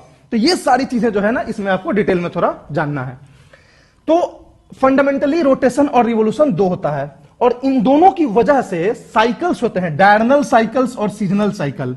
डायरनल साइकिल बोलते हैं डे और नाइट का साइकिल, 24 घंटे का जो हमारा साइकिल होता है ना, 12 घंटे का दिन और 12 घंटे का रात, इसको जो है ज्योग्राफी में डायरनल बोलते हैं। ज्योग्राफी का जब भी आंसर लिखना तो ज्योग्राफिकल टर्म्स का यूज करोगे ना तो मैक्सिमम नंबर मिलेगा। वैसे तो सब लोग बोलेगा डे एंड नाइट साइकिल, सब बोलेंगे, गांव में भी लोग बोलते हैं रात दिन का जो साइकिल होता है, लेकिन आप जब ज्योग्राफी का आंसर लिखोगे तो you will call it diurnal rather than day and night. तो इस तरह के टर्म्स को यूज करो, डायरनल साइकिल, सीजनल साइकिल। तो ये जो साइकिल्स होते हैं हमारे, ये इस रोटेशन रिवोल्यूशन की वजह से होते हैं। रोटेशन की वजह से कौन सा साइकिल होता है, डायरनल। रिवोल्यूशन की वजह से कौन सा होता है, सीजनल। जो हमारा ठंडी, बरसात, गर्मी ये जो आती है वो सीजनल साइकिल कहलाता है। इनके अलावे, इस साइकिल्स के अलावे कुछ और भी मोशंस होते हैं अर्थ के, जैसे कि अर्थ का जो एक्सिस है वो एक पर्टिकुलर एक्सिस पे अर्थ घूम रहा है, रोटेट कर रहा है, वो एक्सिस भी घूमता है। समझ रहे हो बात को, जो एक्सिस है वो भी बदलते रहता है। जो ऑर्बिट है, जिस ऑर्बिट पे अर्थ घूम रहा है, वो ऑर्बिट भी चेंज करते रहता है। वो ऑर्बिट हमेशा ऐसा ही नहीं रहता है, इलिप्टिकल ऑर्बिट, वो भी कभी कभी सर्कुलर होता है, कभी कभी इलिप्टिकल होता है। तो ये वाला भी मोशंस आपको हल्का फुल्का मैं बताऊंगा, और इसका हल्का सा इंपैक्ट मैं आपको बताऊंगा। बहुत डिटेल में इसमें नहीं जाएंगे क्योंकि आप लोग एस्ट्रोनॉमिकल साइंस तो नहीं पढ़ रहे हो, पर ज्योग्राफी ही रहे हो, तो बट थोड़ा बहुत इसमें कंसेप्ट आ जाते हैं। तो that is about the motion of the अर्थ। अब नेक्स्ट हो गया आपका रोटेशन के बारे में जानो। रोटेशन रिवोल्यूशन तो पहले 2 डिटेल में आप जानो पहले, उसके बाद फिर नेक्स्ट की बातें करेंगे। अब रोटेशन ऑफ अर्थ में क्या जानते हो आप कि जो अर्थ रोटेट करता है वो 24 घंटे में अपने एक्सिस पे रोटेट करता है। 24 आवर्स टाइम में एक बार जो है अपने एक्सिस पे घूम जाता है अर्थ, राइट। एक्चुअल में 24 घंटे हम लोग अपने सहूलियत के लिए बना लिए हैं 24 आवर। एक्चुअल में 24 आवर नहीं होता है। एक्चुअल में कितना होता है,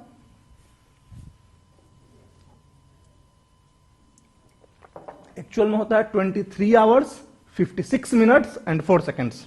this is the actual measure, कि इतने देर में एक दिन और एक रात हो जाता है।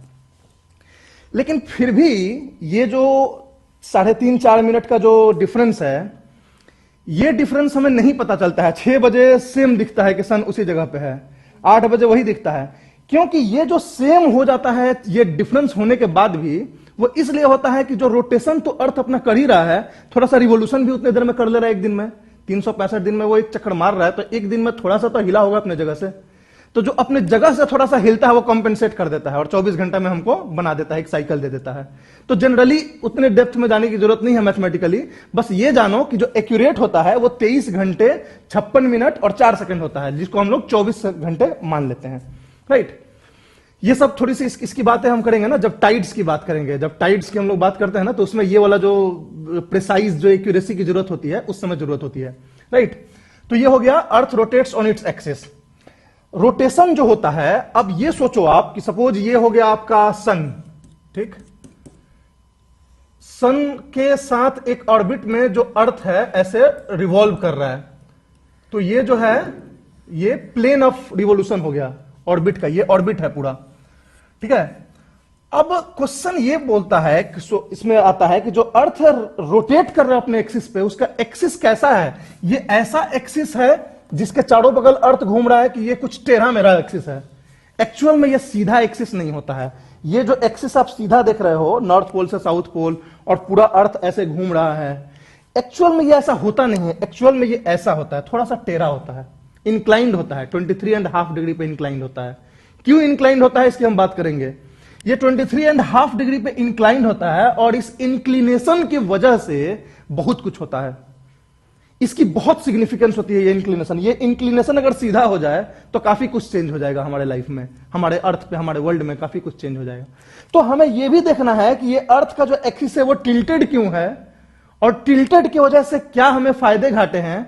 अगर ये टिल्ट ठोक से सीधा हो जाए तो उससे क्या हमें फायदे घाटे होंगे, ये आपको पता होना चाहिए। तो बस ये अभी समझो कि हाँ, अर्थ का जो एक्सिस है वो टिल्टेड है और ये नॉर्थ पोल है, ये साउथ पोल है, और इन दोनों लाइन को अगर कनेक्ट करते हो, इमेजिनरी लाइन, इसको कनेक्ट करोगे इमेजिन करके, तो ये अर्थ का एक्सिस हो जाएगा रोटेशन का, और उसी के चारों बगल ऐसे अर्थ जो है रोटेट कर रहा है, राइट। कोई दिक्कत? अब ये जो रोटेशन की स्पीड है, ये जो है डिफरेंट डिफरेंट स्पीड्स हैं रोटेशन के। यहां डिफरेंट डिफरेंट स्पीड्स आपको दिखाए गए हैं कि जो इक्वेटर पे जो ये जो स्पीड है वो लीनियर स्पीड है। एक लीनियर स्पीड होता है, एक एंगुलर स्पीड होता है। एंगुलर स्पीड क्या होता है कि अर्थ जो है 360 डिग्री घूम गया 24 घंटे में। 24 घंटे में 360 डिग्री घूम गया, तो एक घंटे में कितना घुमा होगा? 360 डिवाइडेड बाई 24 बराबर 15 डिग्री, यही आएगा ना। तो 15 डिग्री जो है एक घंटे में अर्थ रोटेट कर रहा है। This is the angular velocity of the अर्थ। उसी तरह से अर्थ का एक लीनियर वेलोसिटी होता है। लीनियर वेलोसिटी का क्या होता है कि अर्थ के जो इक्वेटर या कोई भी जगह पे जैसे आप खड़े हो, आप कितने स्पीड से अपना एक जगह से स्पेस से देखो, स्पेस से इसको इमेजिन करो, ये मान लो एक स्पेस में आदमी खड़ा है, ये अर्थ को रोटेट होते हुए देख रहा है, तो ये आदमी ये देखेगा कि ये आदमी अभी यहां पे है, ये आदमी अब यहां चला गया, अब ये आदमी यहां चला गया, तो यहां से यहां जाया कितना डिस्टेंस उसने तय किया, इधर से इधर जाने में कितना डिस्टेंस तय किया, इधर से इधर जाने में कितना डिस्टेंस तय किया। तो this is the linear distance covered by earth. ये लीनियर डिस्टेंस हुआ। और एंगुलर डिस्टेंस तो क्या हुआ कि अर्थ जो है रोटेट किया तो वो कितना एंगल रोटेट किया, ये जो हो गया ये एंगुलर डिस्टेंस हो गया। This is angular distance. पहले जब आदमी यहां था फिर आदमी यहां है तो ये एंगुलर डिस्टेंस हो गया। मान लो 30 डिग्री का एंगल बना दिया तो ये एंगुलर डिस्टेंस हो गया और ये लीनियर डिस्टेंस हो गया। तो कोई भी रोटेशन में हम दोनों देखते हैं, एंगुलर डिस्टेंस और लीनियर डिस्टेंस।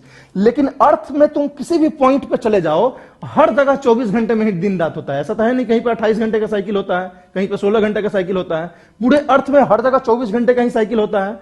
तो इसीलिए जो एंगुलर वेलोसिटी होता है वो कांस्टेंट होता है, कॉमन होता है। लेकिन लीनियर वेलोसिटी चेंज होता है और उसका एक फॉर्मूला होता है फिजिक्स में, हल्का सा आप लोग जानते होंगे क्या होता है formula? V is equal to omega R. This is the formula in physics. V is equal to omega R. यह फॉर्मूला क्या होता है कि कोई भी ऑब्जेक्ट अगर रोटेट कर रहा है तो रोटेशन का स्पीड अगर उसका एंगुलर स्पीड W है, ओमेगा है, R जो है वो distance from the axis of rotation है, तो V will be the velocity. तो एक्सिस ऑफ रोटेशन से डिस्टेंस किसी चीज का जितना ज्यादा होगा उसकी वेलोसिटी उतनी ही ज्यादा होगी। मैं ये थोड़ा सा क्यों बता रहा हूं फिजिक्स का, मुझे पता है कि आप लोगों को कंफ्यूजिंग लग रहा होगा, लेकिन इससे आप ये समझ जाओगे कि ये अलग अलग क्यों वेलोसिटी लिखी हुई है हर जगह की। अब ये एक्सिस ऑफ रोटेशन जो है उससे कोई भी ऑब्जेक्ट जितना दूर होगा वो उतने ही तेजी से मतलब वो चल रहा है, घूम रहा है। तो यहां हमारे अर्थ में एक्सिस ऑफ रोटेशन ये हो गया। अब इस जगह से मान लो ये पॉइंट ए हो गया, ये बी हो गया, ये सी हो गया, ये डी हो गया, ये ई हो गया, ये एफ हो गया। आप बताओ कि इस पूरे में सबसे ज्यादा डिस्टेंस किसका है अपने एक्सिस से? कौन से पॉइंट का डिस्टेंस है सबसे ज्यादा? सबसे ज्यादा डिस्टेंस होगा इक्वेटर वाले पॉइंट का। सर इसको थोड़ा जूम करेंगे? इसको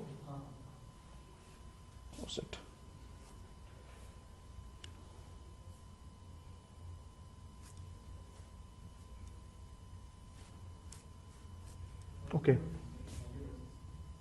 ये दिख रहा है? ओ, ये दिख रहा है? ठीक है। तो ये जो मैंने ये डिस्टेंसेस बनाए हैं यहां पे, ये आपको एक्सिस ऑफ रोटेशन से ये डिफरेंट डिफरेंट पॉइंट्स के डिस्टेंस बनाए हैं। तो सबसे बड़ा जो डिस्टेंस है वो इक्वेटर का होता है, मतलब इक्वेटर का एक्सिस ऑफ रोटेशन से डिस्टेंस सबसे ज्यादा होता है। तो सबसे ज्यादा होगा अगर डिस्टेंस तो v is equal to omega R में r की वैल्यू ज्यादा होगी, तो r की वैल्यू ज्यादा होगी तो v ज्यादा होगा। ओमेगा तो पहले ही हमने बता दिया कि कांस्टेंट है हर जगह पे, ओमेगा मतलब एंगुलर वेलोसिटी। और r अगर बढ़ेगा तो v भी बढ़ेगा, r अगर घटेगा तो v भी घटेगा। अब दोनों जब गुना होके ये हो रहा है तो ये बढ़ेगा तो ऑफकोर्स ये बढ़ेगा। तो इस तरीके से जो है जो लीनियर वेलोसिटी होती है वो अर्थ के डिफरेंट डिफरेंट लेटीट्यूड्स पे अलग अलग होती है। 30 डिग्री लेटीट्यूड पे अलग होगा, 60 डिग्री लेटीट्यूड पे अलग होगा। सबसे ज्यादा होगा कहां पे? इक्वेटर पे। तो इक्वेटर पे सबसे ज्यादा होता है लीनियर वेलोसिटी, तो सेंट्रीफ्यूगल फोर्स भी ज्यादा होगा क्योंकि वेलोसिटी ज्यादा है। तो यही कारण है कि सैटेलाइट्स को हमेशा हम इक्वेटर से छोड़ते हैं, क्योंकि और डीप में जाएंगे तो वैल्यू ऑफ ग्रेविटी भी यहां पे आती है कि ग्रेविटी का जो वैल्यू होता है इक्वेटर पर सबसे कम होता है। बट ये जानो कि सैटेलाइट्स को ज्यादातर जो छोड़े जाते हैं आसमान में वो इक्वेटर के पास से ही छोड़े जाते हैं, यही कारण है। और इसीलिए मैं ये सब चीज आपको बताना चाहता हूं क्योंकि आप देखते होंगे कि इसरो जो है हमारा बहुत फेमस है, जाके फ्रांस का भी छोड़ता है, अमेरिका का भी छोड़ता है। वो लोग इतने डेवलप्ड हैं, वो लोग अपना नहीं छोड़ सकते अपने देश से, लेकिन फिर भी क्यों इंडिया को बोलते हैं कि हाँ जी आप अपने श्रीहरिकोटा से हमारा सैटेलाइट छोड़ दो? क्योंकि वो अपने यहां से जाके छोड़ेंगे तो उनको महंगा पड़ेगा, ज्यादा फ्यूल की जरूरत पड़ेगी। क्यों? क्योंकि उनके यहां जो है छोड़ने में उनको ज्यादा दम लगाना पड़ेगा, उसको धकेलने में। हम इक्वेटर के पास बैठे हुए हैं, हमारा तिरुवनंतपुरम में, उड़ीसा में इक्वेटर से बिल्कुल पास हमारा बना हुआ है छोड़ने के लिए स्टेशन। तो यहां से हम जो है हल्का सा पुश करते हैं तो वो चला जाता है। तो दैट्स द रीजन कि डेवलप्ड कंट्रीज भी इसरो के पास आते हैं अपने सैटेलाइट्स को छोड़ने के लिए। क्यों? और यही कारण है कि इंडिया का जो इसरो है ये बहुत ज्यादा एक मार्केट में, इंटरनेशनल मार्केट में कॉस्ट इफेक्टिव बनाने में आगे है, क्योंकि इसकी जो कॉस्टिंग लगती है ना किसी भी सैटेलाइट्स को जाके छोड़ने में, सबसे कम लगती है। तो ये सब इसके पीछे कारण देखो तो ये सब चीजें कितने डिटेल में आपको दी हुई है। तो ये सारी चीजें ना थोड़ा सा अपने बर्डन को सोचो, इसको समझो, इसको विजुअलाइज करो, तो चीजों को कनेक्ट कर पाओगे कि क्यों इसरो जो है हमारा इतना फेमस है पूरे वर्ल्ड में, नासा इतना डेवलप है, सब कुछ डेवलप है, फिर भी हम जो है अमेरिकी सैटेलाइट्स को भी छोड़ते हैं कई बार। तो एक बेनिफिट है हमारे पास, क्योंकि हम इक्वेटोरियल कंट्रीज हैं, और इक्वेटोरियल कंट्रीज होने के साथ साथ हम कैपेबल भी हैं छोड़ने के लिए। बाकी इक्वेटर में बसे हुए कंट्रीज को देख लो, सूडान है, अफ्रीका है, उनके पास अपना स्पेस स्टेशन नहीं है, हमारे पास अपना स्पेस स्टेशन भी है और हम बहुत प्राइम लोकेशन पे भी डेवलप्ड हैं। तो ये चीज जो है एक इंपैक्ट जो है क्रिएट करता है। कोई दिक्कत? तो ये आपका हो गया अर्थ रोटेशन। कोई दिक्कत इसमें ज्यादा? हाँ, जैसे आपने बताया कि अर्थ जो है वो tilted है, नॉर्थ पोल और साउथ पोल भी tilted ऑटोमेटिकली, यस, ये जो टिल्टेड है तो ये नॉर्थ पोल हुआ, ये साउथ पोल हुआ, और जो इक्वेटर हुआ वो ऐसे होगा, और प्राइम मेरिडियन भी ऐसे ही होता है। ये लाइन प्राइम मेरिडियन हो गया, समझे? तो पूरा अर्थ ही ऐसे टिल्टेड है। कोई दिक्कत? तो ये चीज है, ये टिल्टिंग भी चेंज होते रहता है, वो हम बात करेंगे अभी थोड़ी देर में, ठीक है? अब जो है रोटेशन ऑफ अर्थ समझ गए। अब दूसरा चीज है कि क्या रोटेशन क्यों होता है, what is the reason of rotation, earth क्यों रोटेट करता है, ठीक है? हमने जो पिछले क्लास में बात करी थी, याद होगा आप लोग को, प्लेनेटेसिमल्स, रोटेटिंग डिस्क, जाइंट इंपैक्ट जिससे मून बना, ये सारी चीजें याद है ना? भूले तो नहीं हो ना, क्योंकि उसका यहां पे एप्लीकेशन है। इसको जूम कर दें।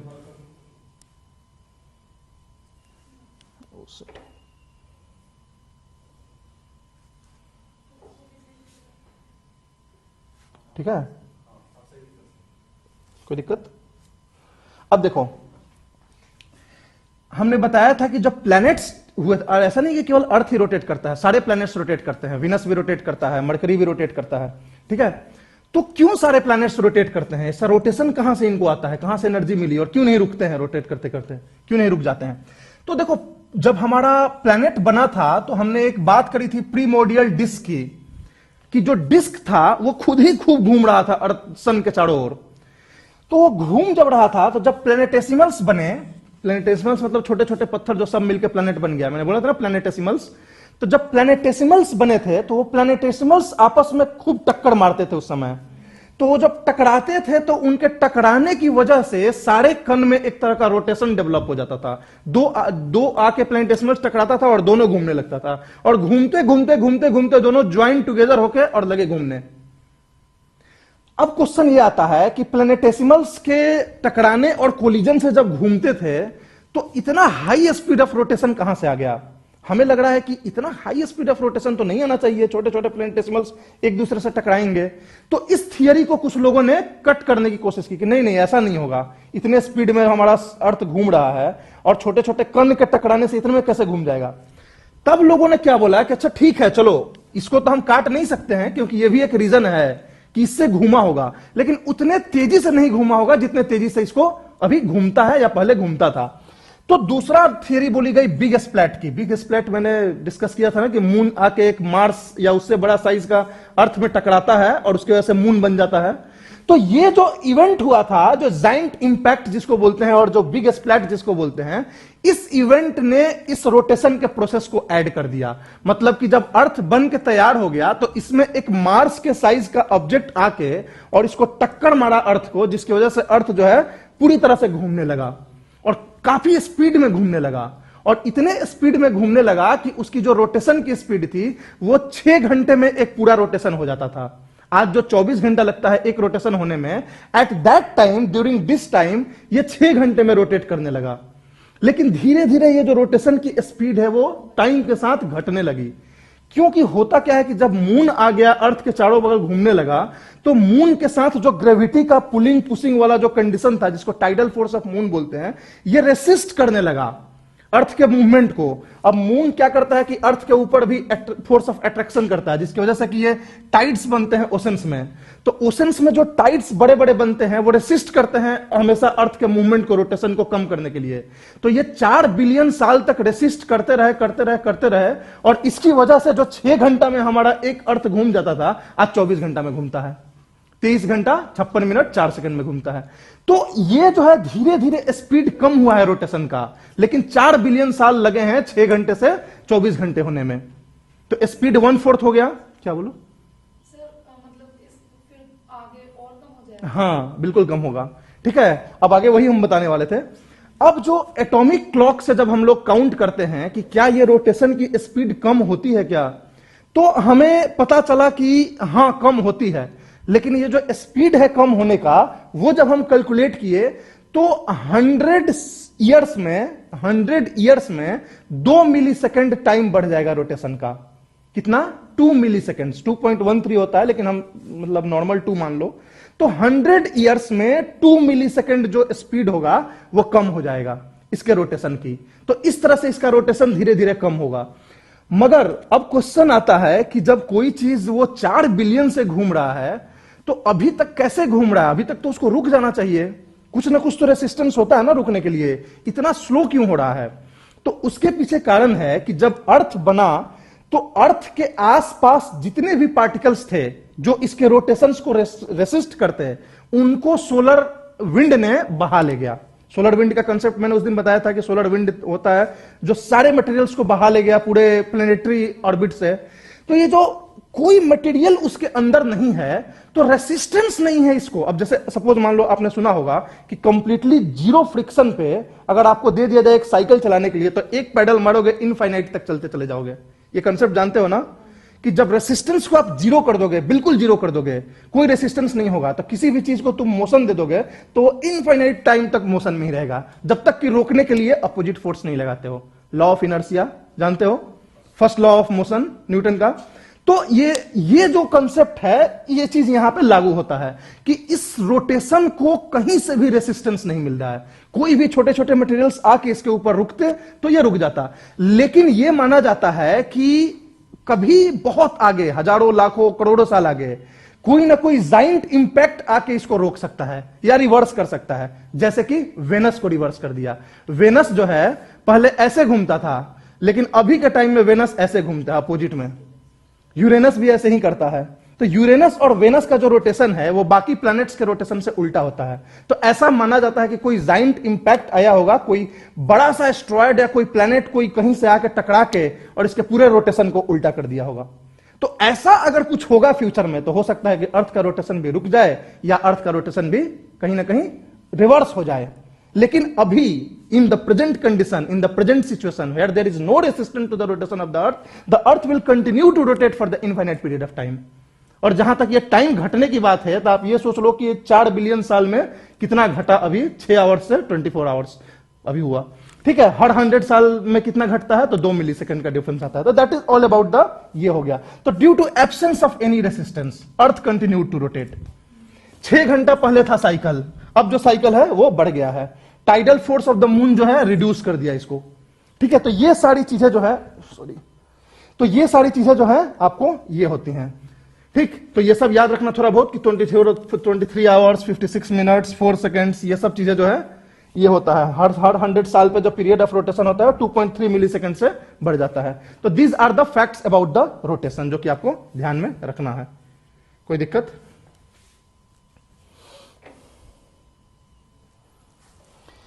नेक्स्ट आता है सिग्निफिकेंस ऑफ रोटेशन। रोटेशन के क्या सिग्निफिकेंसेस हैं? ठीक है, हमको क्या फायदे हैं रोटेशन से, क्या डिफरेंस आता है हमको लाइफ में?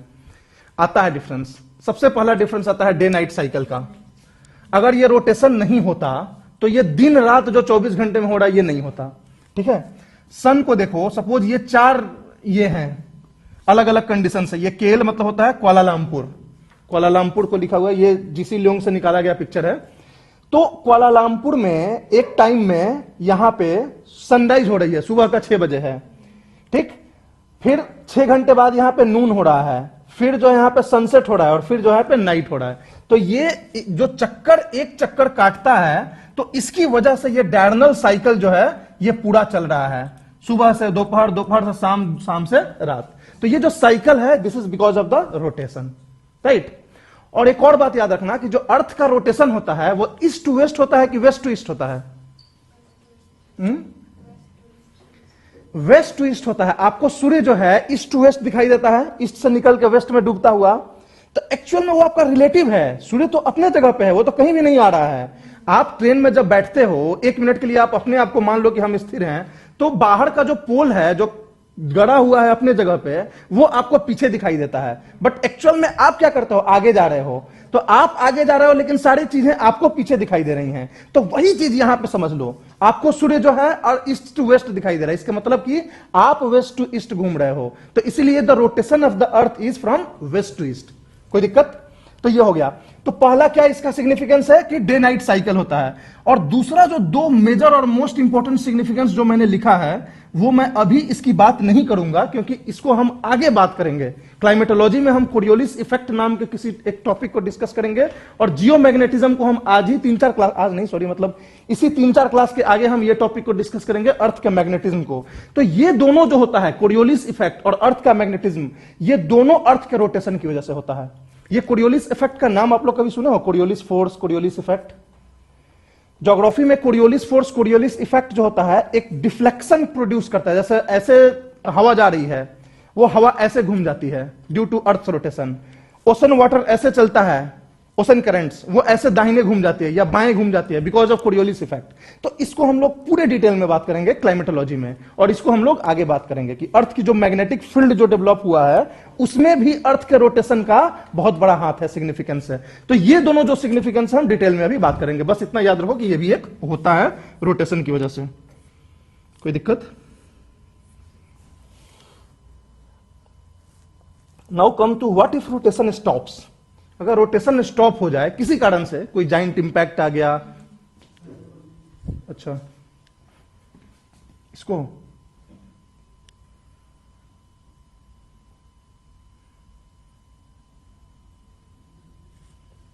दिखाई दे रहा है? व्हाट इफ रोटेशन स्टॉप्स, चलते चलते चलते चलते धरती रुक गई, तो क्या होगा? ये सब चीजें ना कभी सोचना तुम लोग दिमाग में, ये सब सोचने वाली चीजें हैं। अब तुम देख रहे हो कि धरती घूम रहा है, यहां पे सूर्य है, तो इसलिए डे नाइट हो रहा है, डे नाइट हो रहा है, डे नाइट हो रहा है। ये घूमते घूमते अगर रुक जाए यहीं पे अर्थ, तो फिर क्या होगा? सूर्य तो घूम रहा है, सूर्य के चारों बगल अर्थ तो घूम रहा है, लेकिन हमारे दिन रात पे क्या असर पड़ेगा? हमारा दिन रात जो है 1 साल का साइकिल हो जाएगा, जो 24 घंटे का हो रहा है। 24 घंटे का जो साइकिल है वो कन्वर्ट होकर 1 ईयर का साइकिल हो जाएगा। मतलब किसी जगह पे 3 महीने के लिए सुबह होगी, 3 महीने के लिए दोपहर होगी, 3 महीने के लिए शाम होगी, और 3 महीने के लिए पूरी रात होगी। तो इस तरीके से जो है हमारा चेंज होके, मतलब sunrise to sunset will be of 6 months, और sunset to sunrise will be of 6 months, जो हमारा पोल्स पे होता है। अभी नॉर्थ पोल और साउथ पोल पे चले जाओगे, वहां घर बना लोगे, तो 6 महीना वहां रात होती है और 6 महीना दिन होता है। ये सिचुएशन होती है, ठीक है। तो ये सिचुएशन क्यों होती है वहां पे? उसका कारण ये है कि जो रोटेशन की बात कर रहे हो, वो रोटेशन का इंपैक्ट मिनिमम जो है पोल पे होता है। क्योंकि पोल के तुम आप एग्जैक्ट पॉइंट पर चले जाओगे तो वहां क्या रोटेट कर रहे हो? वहां तो रोटेशन का कोई मतलब नहीं है। रोटेशन का तो मतलब है जब बाहर आ रहे हो तो इतने दूर घूम रही है। वहां एग्जैक्ट पोजीशन पे चले जाओगे पोल पे, तो एक ही पॉइंट पे घूम रहे हो, तो वहां पे तो कोई मतलब नहीं है रोटेशन का। खैर इतने डिटेल में मत जाओ, बट ये जानो कि अगर जो है, अगर ये रोटेशन रुक जाए, तो ये डे नाइट जो 24 घंटे की साइकिल होती है, वो एनुअल साइकिल हो जाएगी, 1 साल की हो जाएगी। अब इसको थोड़ा सा विजुअलाइज करना चाहते हो तो इसको समझो, विजुअलाइज कराते हैं। सपोज ये सन है, ठीक है। सन के चारों बगल तो अर्थ घूम रहा है ऐसे इस ऑर्बिट पे। अब ये अर्थ रोटेट नहीं करेगा, रोटेट नहीं करेगा तो सपोज मान लो ये हमारा अर्थ है। इस अर्थ में सपोज ये पॉइंट ए है, ये पॉइंट बी है, ये पॉइंट सी है, ये पॉइंट डी है, ठीक है। A B C D 4 point हमने बना दिए। अभी जो है इस पॉइंट पे, इस जगह पे, ये ए पॉइंट सीधा सन के पास है, सी पॉइंट जो है सन का हल्का रे पड़ रहा है, मगर वो शाम वाला सुबह वाला रे है। यहां जो है शाम सुबह वाला है, डाउन डस्क जिसको बोलते हो। तो मान लो अब ये रोटेट नहीं कर रहा है, तो यहां जो है अर्ली मॉर्निंग है, 6 बजे सुबह जैसा है, यहां 12 बजे दिन जैसा है, यहां जो है 6 बजे शाम जैसा है। अब अर्थ को यहां से यहां आने में लगेंगे 3 मंथ्स, लगेंगे 3 महीना, 6 महीना, 9 महीना, 12 महीना। 12 महीना में एक चक्कर काटता है ना अर्थ सन के चारों ओर। तो जब ये अर्थ को यहां उठा के रख दोगे तो ये जो डी पॉइंट है, ये डी पॉइंट ही है, बी पॉइंट ही है, ए पॉइंट ए ही है, सी ही है। तो जो डी उस समय मतलब सुबह का टाइम था, वो अब यहां पूरा दोपहर हो जाएगा, और ये जो सी जो है, जो शाम का टाइम था, वो पूरा रात में चला जाएगा। उसी तरह से जब ऐसे लाओगे तो इसी ए बी सी डी को ऐसे ही उठाते हुए चारों बगल ले जाओ, आपको क्लियरली समझ में आ जाएगा कि A point, B point, C point, D point पे 3-3 महीना के लिए कैसे चेंज हो रहा है, सुबह शाम दोपहर रात। तो ये वाली स्थिति आ जाएगी अगर रोटेशन रुक गया तो। ऐसी ही स्थिति हमारे पोल्स पे है अभी। नॉर्वे वोर्वे में कोई होता है, अगर उससे बात करोगे तो बताएगा कि 6 महीना ऐसा होता है कि शाम या रात टाइप का, और बाकी 6 महीना ऐसा होता है कि दोपहर या सुबह टाइप का। तो ऐसे ही उनका वैसे चलता है जितने भी क्लोज जाते हैं। तो ये जो ड्यूरेशन ऑफ डे नाइट होता है ना, वो डायगोनल साइकिल्स में चेंज होता है विद टाइम।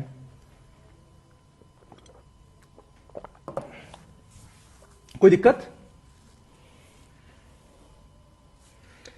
नेक्स्ट क्या होगा? Movement of winds and ocean currents would be impacted. ये बात हम करेंगे क्लाइमेटोलॉजी ओशनोग्राफी में। ये क्यों हमने लिखा है? क्योंकि कोरियोलिस फोर्स में दिक्कत आ जाएगी। कोरियोलिस फोर्स की वजह से ये विंड्स मूव करते हैं, ओशन करंट्स का डायरेक्शन डिसाइड होता है। और कोरियोलिस फोर्स किसकी वजह से लगता है? अर्थ के रोटेशन की वजह से। तो अर्थ का रोटेशन ही रोक दोगे तो कोरियोलिस फोर्स ही जीरो हो जाएगी। तो जीरो हो जाएगी तो विंड के और ओशन के मूवमेंट्स में दिक्कत आ जाएगी। तो इसलिए कोरियोलिस फोर्स से कनेक्टेड ये वाला पॉइंट है। और जो तीसरा पॉइंट है वो मैग्नेटिज्म से कनेक्टेड है, क्योंकि अर्थ की जो मैग्नेटिक फील्ड होती है, जिसकी वजह से मैग्नेटिक वेव्स बनते हैं, मैग्नेटिक शील्ड बनता है अर्थ के चारों तरफ, वो अर्थ के रोटेशन का उसमें बहुत बड़ा मेजर रोल है। अर्थ जब रोटेट करता है तो हमारे कोर में जो मैग्मा होते हैं वो भी साथ में रोटेट होते हैं। तो साथ में जब रोटेट होते हैं ना, तो उसके जो मेटल्स उसके अंदर होते हैं वो एक दूसरे से टकराते हैं, चर्निंग मोशन में आते हैं, और इसकी वजह से मैग्नेटिक फील्ड क्रिएट होता है। अर्थ का रोटेशन रुक जाए तो कोर भी का रोटेशन रुक जाएगा, तो मैग्नेटिक फील्ड बनना बंद हो जाएगी। उसके बाद लाइफ अर्थ से एग्जिस्टेंस खत्म हो जाएगी। तो दैट इज मैग्नेटिक फील्ड से कनेक्टेड है, विंड्स और ओशन करंट्स कोरियोलिस फोर्स से कनेक्टेड है, और डे नाइट से कनेक्टेड है। ये 3 तरीके से इंपैक्टेड होगा अगर हमारा रोटेशन रुक जाए तो। कोई दिक्कत? ध्यान रहेगा। इस तरह से क्वेश्चन कभी पूछ लेते, इन तीनों चीज को, पॉइंट को याद रखोगे। ओके। अब टिल्टिंग की बात करते हैं कि टिल्ट क्यों है और टिल्ट से क्या है फायदा घाटा, अगर टिल्ट नहीं हो तो क्या होगा। यह चीज आपको जैसे जैसे आप रोटेशन में सब कुछ समझे हो उसी तरह से टिल्टिंग में समझना कि टिल्टिंग कैसा है, टिल्टिंग क्यों है, टिल्टिंग से हमें क्या फायदा घाटा है, और टिल्टिंग अगर नहीं हो तो क्या होगा। ये 4 चीज आपको समझना है। अर्थ जो है अपने, अब ये से हो, ये जो है हमारा ऑर्बिट है जिस पे अर्थ जो सन जो है घूम रहा है। अब इससे जो है, हाँ इसको थोड़ा ठीक है, कोई दिक्कत? अब ये देखो, ये जो डायग्राम है ये आपको शो करने के लिए है कि अर्थ जो है अपना एक्सिस जो है अर्थ का वो कैसे टिल्टेड है। तो this is the axis of rotation. ये जो नॉर्थ साउथ दिख रहा है ना, this is the axis of rotation. ऐसे अर्थ झुका हुआ है और पूरा अर्थ ऐसे घूम रहा है झुके हुए में। This is the actual rotation of the अर्थ। और ये जो ऑब्लिक्विटी है या फिर जो ये टिल्टिंग है वो 23.5 डिग्री एंगल, 23.5 बोलते हैं, बट ये 23.4 होता है एक्चुअल में, लेकिन उसको हम लोग अपने इसके लिए सहूलियत के लिए 0.5 करके बराबर कर देते हैं। तो 23.4 डिग्री और 23.5 डिग्री पे ये टिल्टेड होता है। कहां से टिल्टेड होता है? तो जो परपेंडिकुलर होता है उसके ऑर्बिटल प्लेन से, जिस प्लेन पे ऑर्बिट, जैसे मान लो यहां पे सन मान लो तुम, ये सन का ये है, इसके चारों बगल अर्थ ऐसे घूम रहा है। तो जो प्लेन है ऑर्बिट का उससे परपेंडिकुलर एक लाइन लो और उससे 23.5 डिग्री पे अर्थ ऐसे झुका हुआ है। और ये जो है टिल्टिंग ऑफ अर्थ है 23 डिग्री। और ये टिल्टिंग जो है उसमें नॉर्थ पोल जो है वो बाहर साइड में है और साउथ पोल जो है अंदर साइड में है। तो इस तरीके से ये टिल्टिंग है। अब हम इसकी बात करें, इस टिल्टिंग क्यों है और क्या फायदा है इससे, और टिल्टिंग अगर ना हो तो क्या होता। तो इसको सबसे पहले कॉज देखो। जाइंट इंपैक्ट की हमने बात करी थी, मून के जो जिससे बना था। Same giant impact is responsible for this tilting. मतलब कि अर्थ का रोटेशन और अर्थ का टिल्टेशन दोनों में वो जाइंट इंपैक्ट का और प्लैनेटेसिमल्स के कोलिजन का ही मेन कारण है। मतलब दोनों का रूट्स वहीं पे है, रोटेशन का भी और टिल्टिंग का भी। अर्थ जो टिल्ट हुआ वो भी उसी वजह से हुआ क्योंकि जो मार्स साइज या मोर लार्जर देन मार्स जो आके अर्थ को टक्कर मारा, तो उसकी वजह से अर्थ जो टिल्ट हुआ और वो उसकी वजह से जो मून बना और उसके बाद अर्थ जो है टिल्टेड रह गया। बट द क्वेश्चन ये पूछता है कि जब अर्थ उस समय टिल्ट हुआ तो फिर सीधा क्यों नहीं हुआ, अर्थ टिल्ट ही क्यों रह गया? तो उसका कारण है कि जब मून बन के तैयार हो गया और अर्थ के चारों बगल घूमने लगा, तो मून और अर्थ के बीच का जो ग्रेविटेशनल अलाइनमेंट है वो ऐसा डेवलप हो गया कि इस टिल्ट को अब सीधा नहीं होने देता है मून। जब भी ये टिल्ट सीधा होने की कोशिश करता है तो 1 डिग्री इधर जाता है, फिर मून खींच लेता है अपनी तरफ, तो फिर ये 1 डिग्री इधर आ जाता है, फिर वो कोशिश करता है 1 डिग्री जाने का, फिर इधर आ जाता है। तो जो अर्थ का टिल्टिंग है 23.5 डिग्री का, वो 1 डिग्री आगे पीछे होते रहता है, because earth tries to bring in equilibrium but moon never let it to go. Moon again pulls, again earth came to the tilting position, और जब दूसरी बार आता है तो थोड़ा सा और ज्यादा टिल्टिंग हो जाता है विद द मोमेंटम। फिर वो कोशिश करता है जाने का, तो 22.5 डिग्री से 24.5 डिग्री के बीच में अर्थ का टिल्टेशन जो है हल्का हल्का हल्का हल्का चेंज होता रहता है, मगर ये टिल्टेशन पूरी तरह से खत्म नहीं होता है। तो this is the cause of the tiltation, the giant impact that formed the moon, the planetesimal collisions that form the planet. ये दोनों की वजह से टिल्टिंग हुआ, और अब जो टिल्टिंग है वो टिल्टिंग इसीलिए है क्योंकि मून के साथ जो अलाइनमेंट है, ग्रेविटेशनल अलाइनमेंट, ये इस टिल्टिंग को सीधा होने नहीं देता है। तो this is the reason the earth is tilted. कोई दिक्कत? सिग्निफिकेंस क्या है annual cycle of origin, annual cycle of season, sorry. तो एनुअल साइकिल ऑफ सीजन्स जो है, आपको लगता होगा कि अर्थ चूंकि रिवॉल्व करता है सन के चारों ओर, इसलिए सीजन्स चेंज होते हैं, गर्मी बरसात, दोपहर दिन, सॉरी दोपहर दिन नहीं, गर्मी बरसात जो होता है, ठंडी, ये होता है। ठीक है, आप सही हैं, लेकिन रिवोल्यूशन के अलावे जो दूसरा सबसे बड़ा फैक्टर है जिसके कारण से ये सीजनल चेंजेस होते हैं, वो टिल्टिंग भी है, नॉट ओनली द रिवोल्यूशन। अगर ये टिल्टेड नहीं होता तो ये गर्मी और जाड़ा बरसात का साइकिल ऐसे नहीं चलता कि एक समय में नॉर्दर्न हेमिस्फीयर में गर्मी हो रही है तो सदर्न हेमिस्फीयर में ठंडी हो रही है, ऐसा नहीं होता। फिर ऐसा हो जाता मौसम कि जहां गर्मी है वहां सालों भर गर्मी होगी, जहां ठंडी है वहां सालों भर ठंडी होगी। इस तरह का मौसम हो जाता अगर ये टिल्टिंग नहीं होता तो, क्योंकि वो तो सन के चारों बगल घूम रहा है एक ही तरीके से, टिल्टेड है नहीं, सीधा है। तो इक्वेटर के पास सालों भर गर्मी होती, पोल के पास सालों भर ठंडी होती, लेकिन सन का जो मूवमेंट होता है नॉर्दर्न और सदर्न हेमिस्फीयर में डायरेक्ट, वो इस टिल्टिंग की वजह से होता है, जिसकी वजह से सदर्न हेमिस्फीयर में जो ठंडी होती है जून जुलाई में, नॉर्दर्न हेमिस्फीयर में जो ठंडी होती है वो दिसंबर जनवरी में, और यही चेंज होता रहता है साइकिल। और this cycle is because of the tilting also. Revolution is a cause, but apart from the revolution this tilting is a major cause. तो अर्थ के में जो भी साइक्लिक चेंजेज होते हैं, सीजनल चेंजेज होते हैं, it is because of revolution plus tilting, इसीलिए टिल्टिंग इज इक्वली इंपॉर्टेंट। कोई दिक्कत? तो this is all about the tiltation. अब नेक्स्ट आते हैं revolution of the earth. Tilting के बारे में थोड़ी सी और बातें करेंगे, जब एक बार रिवोल्यूशन हो जाए ना तो फिर वो बातें करेंगे जो उसकी एक्सियल प्रेसिजन बोलते हैं। जो टिल्ट होता है ना, ये भी एक लट्टू की तरह नाचते रहता है उस एक्सिस पे। अभी बात करेंगे, थोड़ी देर में समझ में आ जाएगा आप लोगों को। अब रिवोल्यूशन की बात करते हैं, रिवोल्यूशन ऑफ द अर्थ। ठीक है? हाँ हाँ, बोलो बोलो। जैसे आपने बताया कि टिल्ट हो गई, तो उसमें इक्वेटर भी हमारा ऑटोमेटिकली टिल्ट। एग्जैक्टली। सर हम ऐसा कहते हैं कि सन की जो maximum rays fall at the equator बोला जाता है, तो जब वो एंगल पे हो गया तो ऐसा नहीं होता कि लैटिट्यूड के किसी और डिग्री पे ज्यादा गर्मी पड़ती है कंपेयर टू इक्वेटर? ये क्यों करते हैं आप बता रहे हैं। जैसे देखो, होता क्या है कि 23.5 डिग्री पे टिल्टेड है, तो जो हम सन का रेज सालों भर, अभी हम रिवोल्यूशन पढ़ेंगे ना तो समझ में आ जाएगा ये वाली कहानी। सालों भर जो सन का रेज पड़ता है इस पे, वो चेंज होते रहता है इक्वेटर से Tropic of Cancer, Tropic of Cancer से ट्रॉपिक ऑफ कैप्रिकॉन।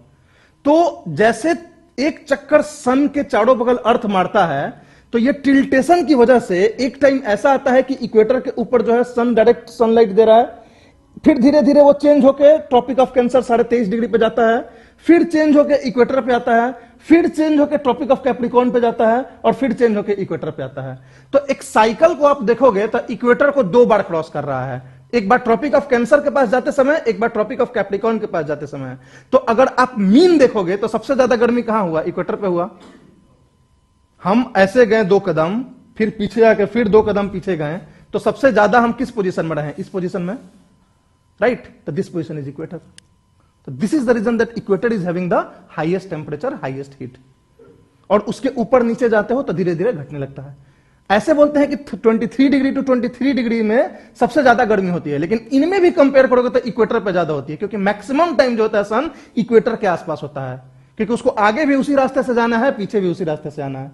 तो जो मिड रास्ता होता है वो सबसे ज्यादा वहां पे समय बिता लिया सन ने। तो this is the reason. Clear? वैसे तो जैसे भी टिल्टेशन की वजह से जैसे जैसे घूमता है तो वो तो चेंज होता ही है, जो वर्टिकल पोजीशन होती है वो ऊपर नीचे होता है, हमेशा इक्वेटर पे नहीं होता है सन। 4 डेट याद रखना, 21 मार्च, 21 जून, ठीक है, उसके बाद 23 सितंबर और 22 दिसंबर। इसमें आप देखोगे तो 21 मार्च और 23 सितंबर को इक्वेटर के एग्जैक्टली ऊपर होता है सन, और 21 जून को वो ट्रॉपिक ऑफ कैंसर के ऊपर होता है, और 22 दिसंबर को ट्रॉपिक ऑफ कैप्रिकॉर्न के ऊपर है। तो यहां भी इक्वेटर 2 बार आ गया, तो इसीलिए इक्वेटर जो है ज्यादा हीट जोन होता है, राइट? तो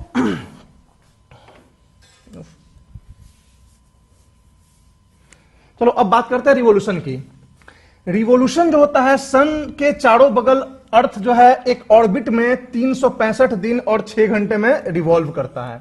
365 डेज एंड 6 आवर्स होता है। हम लोग अपने कंपेटिबिलिटी के अकॉर्डिंग 365 डेज कर लेते हैं, और ये 6 घंटा को छोड़ देते हैं, बोलते हैं कि एक साल 365 दिन का ही होता है, और ये 6 घंटा 4 साल में 24 घंटा हो जाता है।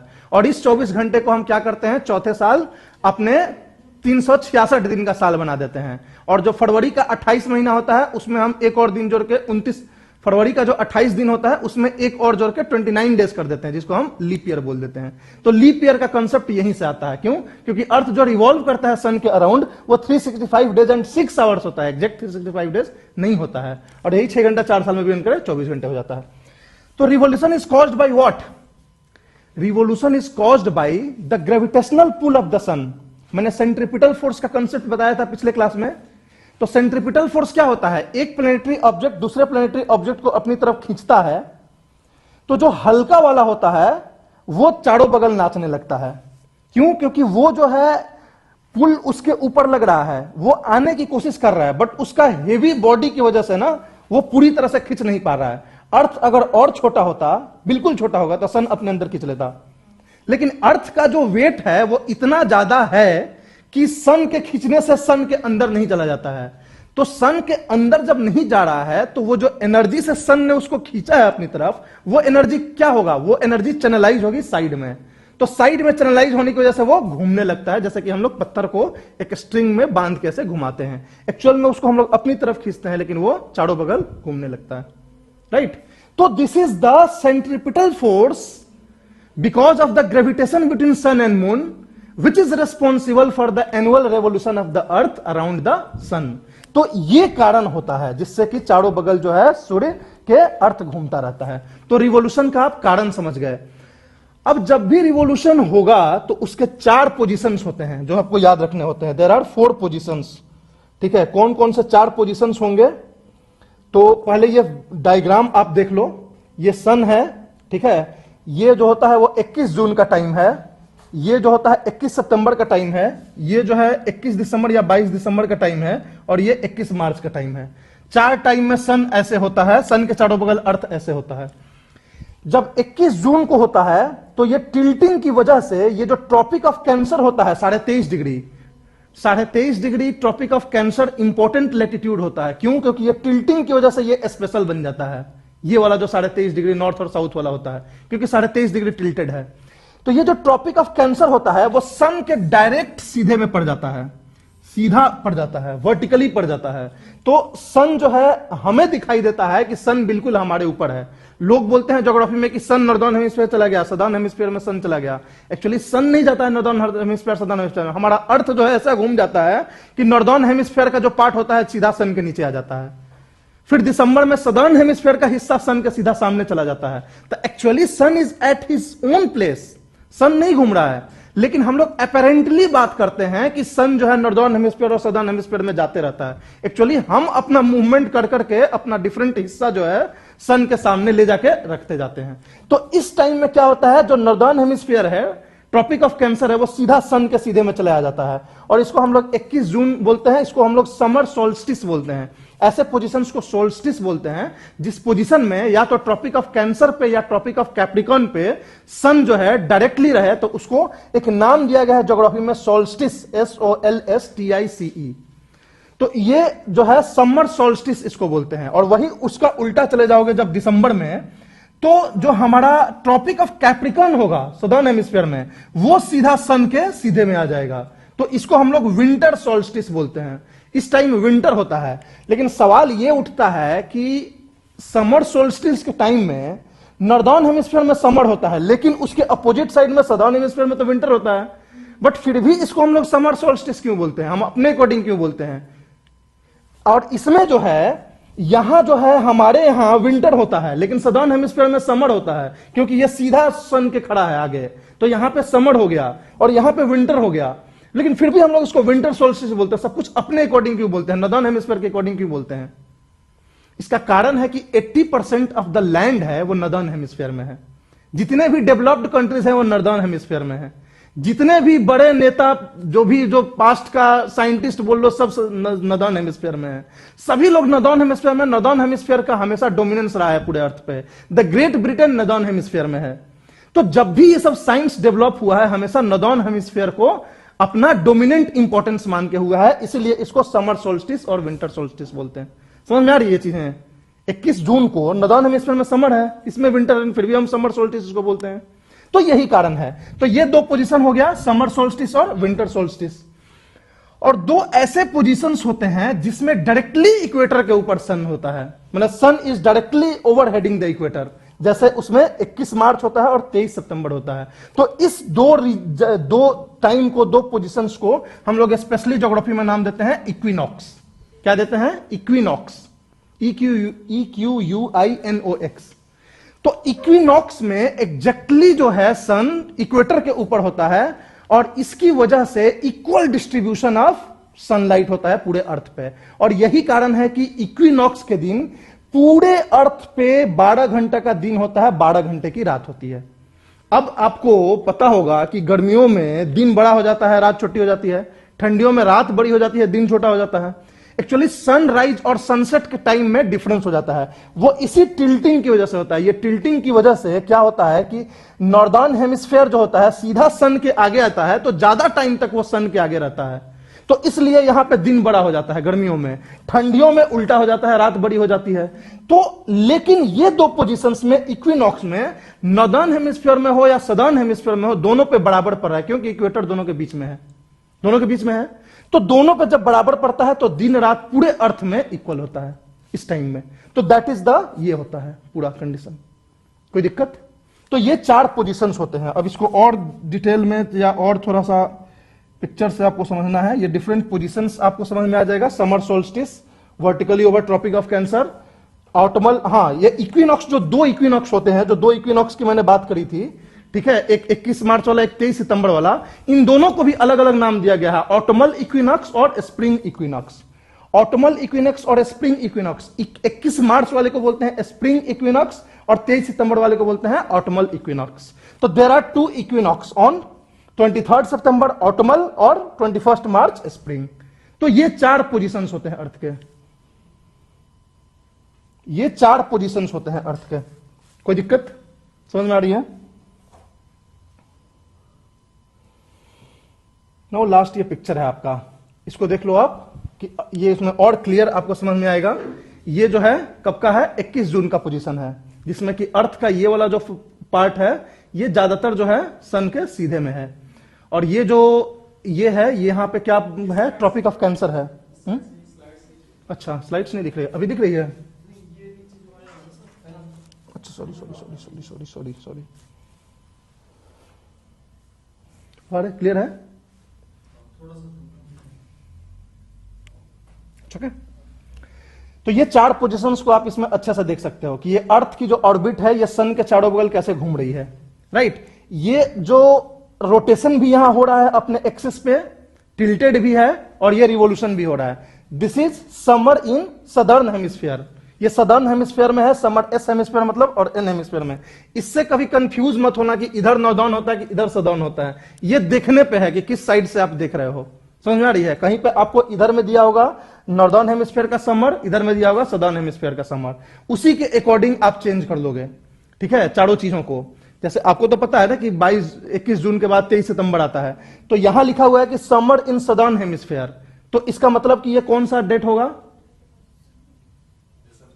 दिसंबर 22, ये 22 दिसंबर होगा, राइट। तो ये कौन सा डेट होगा? इक्विनॉक्स, स्प्रिंग इक्विनॉक्स होगा कि ऑटोमल इक्विनॉक्स होगा? स्प्रिंग इक्विनॉक्स होगा, राइट, क्योंकि ये दिख रहा है कि आपका रिवोल्यूशन ऐसे जा रहा है। तो पहले 22 दिसंबर आता है, उसके बाद 21 मार्च आता है, फिर ये आ जाएगा आपका कौन सा? 21 जून आ जाएगा, जो क्या कहलाता है? समर सोल्स्टिस कहलाता है।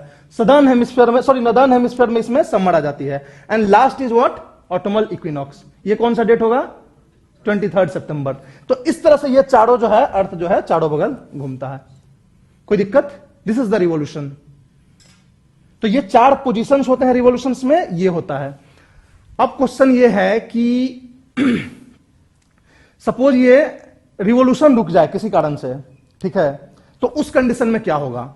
अगर रिवोल्यूशन सपोज यहां पे है, अर्थ यहीं पे रुक जाए, यहां से नहीं जाए, ठीक है, कहीं भी, ठीक है, तो जो 21 जून है ये अगर, तो 21 जून में जैसा होता है मौसम पूरे वर्ल्ड में, वैसा ही मौसम हमेशा पूरे लाइफ, पूरे अनंत काल तक यही रहेगा, उसमें भी कोई चेंजेस नहीं होंगे।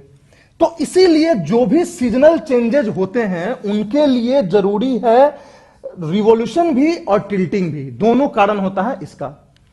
बहुत लोगों को यह लगता है कि सन के पास अर्थ चला जाता है इसलिए गर्मी होता है, और सन से दूर अर्थ चला जाता है इसलिए ठंडी होता है।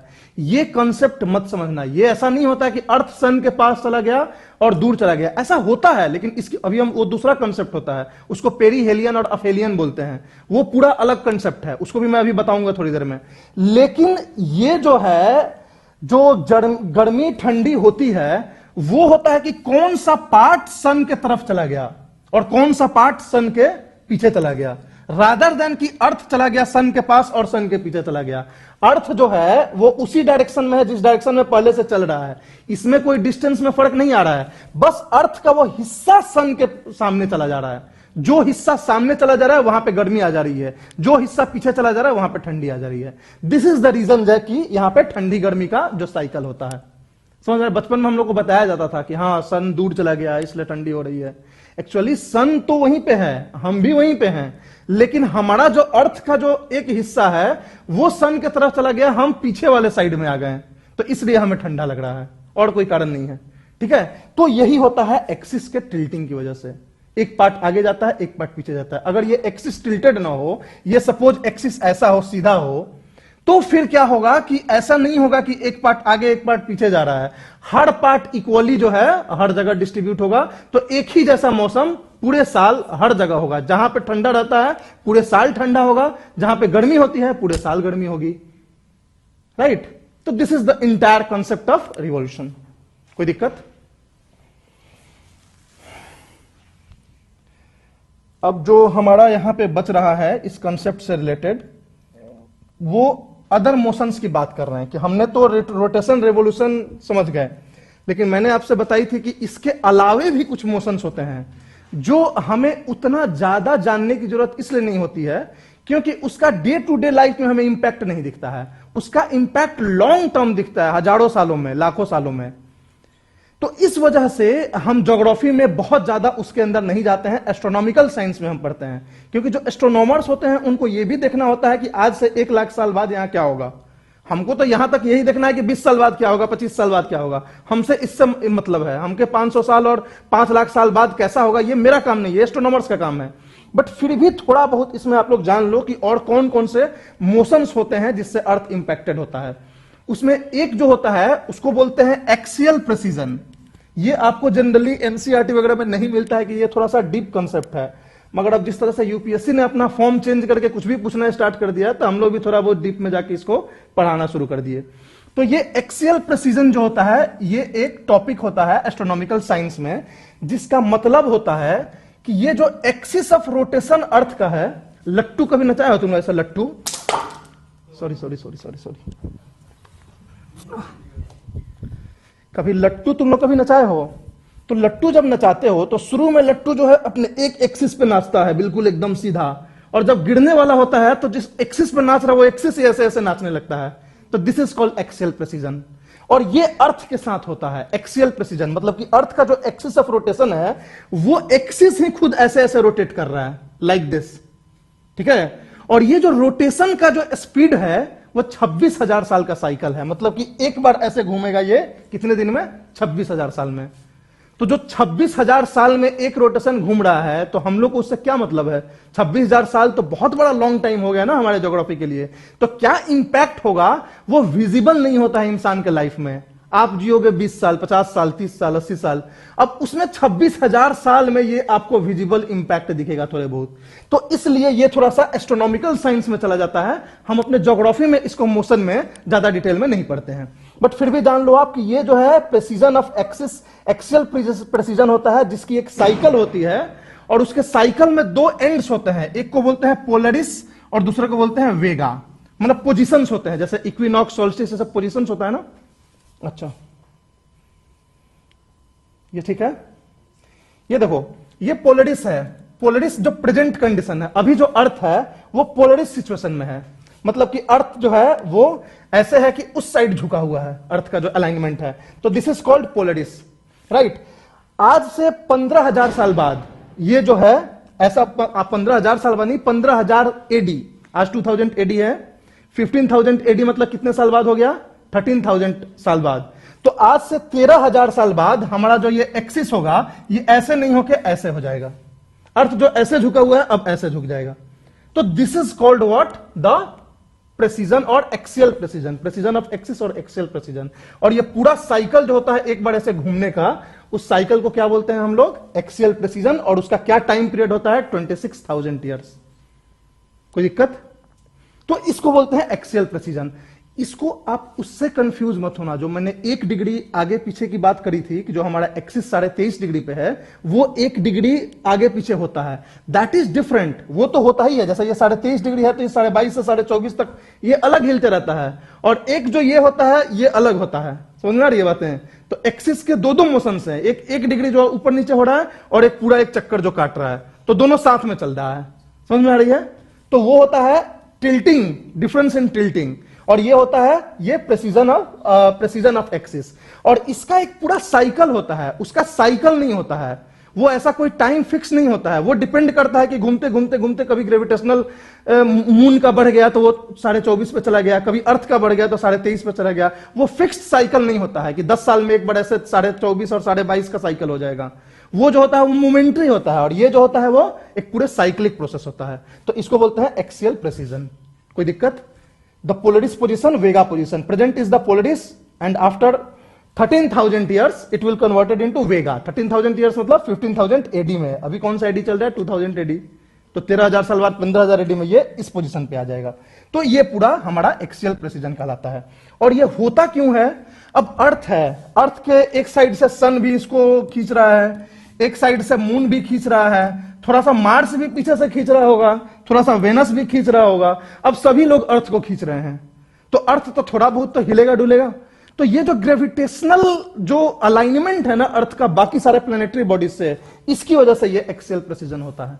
और इस कारण से अर्थ जो होता है हल्का फुल्का ऐसे घूमते रहता है अपने इस पे, ठीक। तो that is the axial precision because of the gravitational attraction of various planetary bodies. कोई एक की बात नहीं कर रहे हैं, सन, मून, नो विजिबल इंपैक्ट, इसका कोई विजिबल इंपैक्ट हमें नहीं होता है, लेकिन इसका कहां इंपैक्ट होता है ये बहुत ही इंपॉर्टेंट एक क्लाइमेट चेंज से रिलेटेड है कंसेप्ट। इसको हम थोड़ी देर में आपको डिस्कस करेंगे, जब एक दूसरा और आपको बता दें।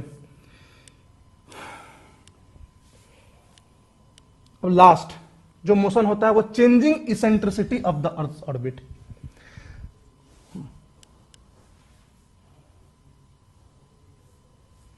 सॉरी,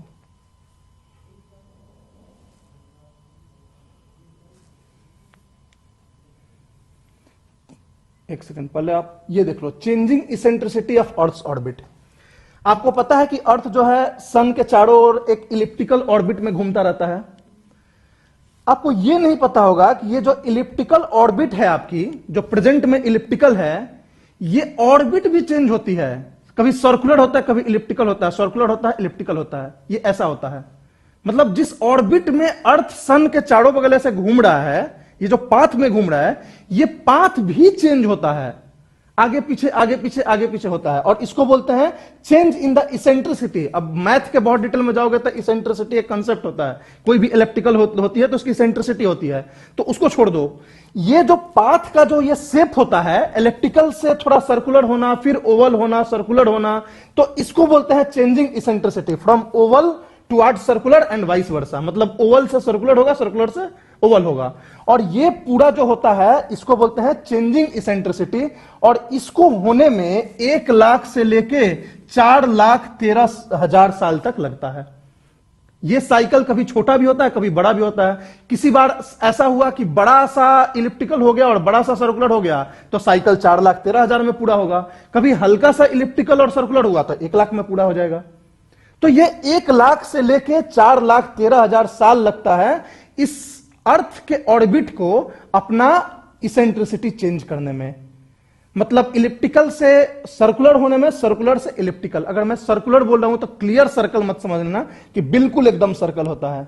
मतलब कि हल्का सा इलिप्टिकल से सर्कुलर की तरफ, और सर्कुलर से फिर से इलिप्टिकल की तरफ। तो ये जो चेंजेज होता है इसको चेंज इन द इसेंट्रिसिटी बोलते हैं। तो ये भी एक तरह का चेंज होता है। क्या सर सन के जो मतलब जैसे सन है बीच में और जो अर्थ वो रोटेट करता है जिस पाथ पे रिवॉल्व करता है, रोटेशन तो सेम पाथ होता है। हाँ, हाँ भाई, तो वो मतलब इक्वल है जैसे मतलब अच्छा, सन के चारों बगल इक्वल है? नहीं नहीं, ऐसा नहीं होता है। इक्वल बिल्कुल नहीं है, लेकिन ज्यादा का भी डिफरेंस नहीं है। अभी मैं उसकी भी बात कर दे रहा हूं कि क्या होता है वो। ठीक है, अब देखो, ये तो समझ में आ गई बात को।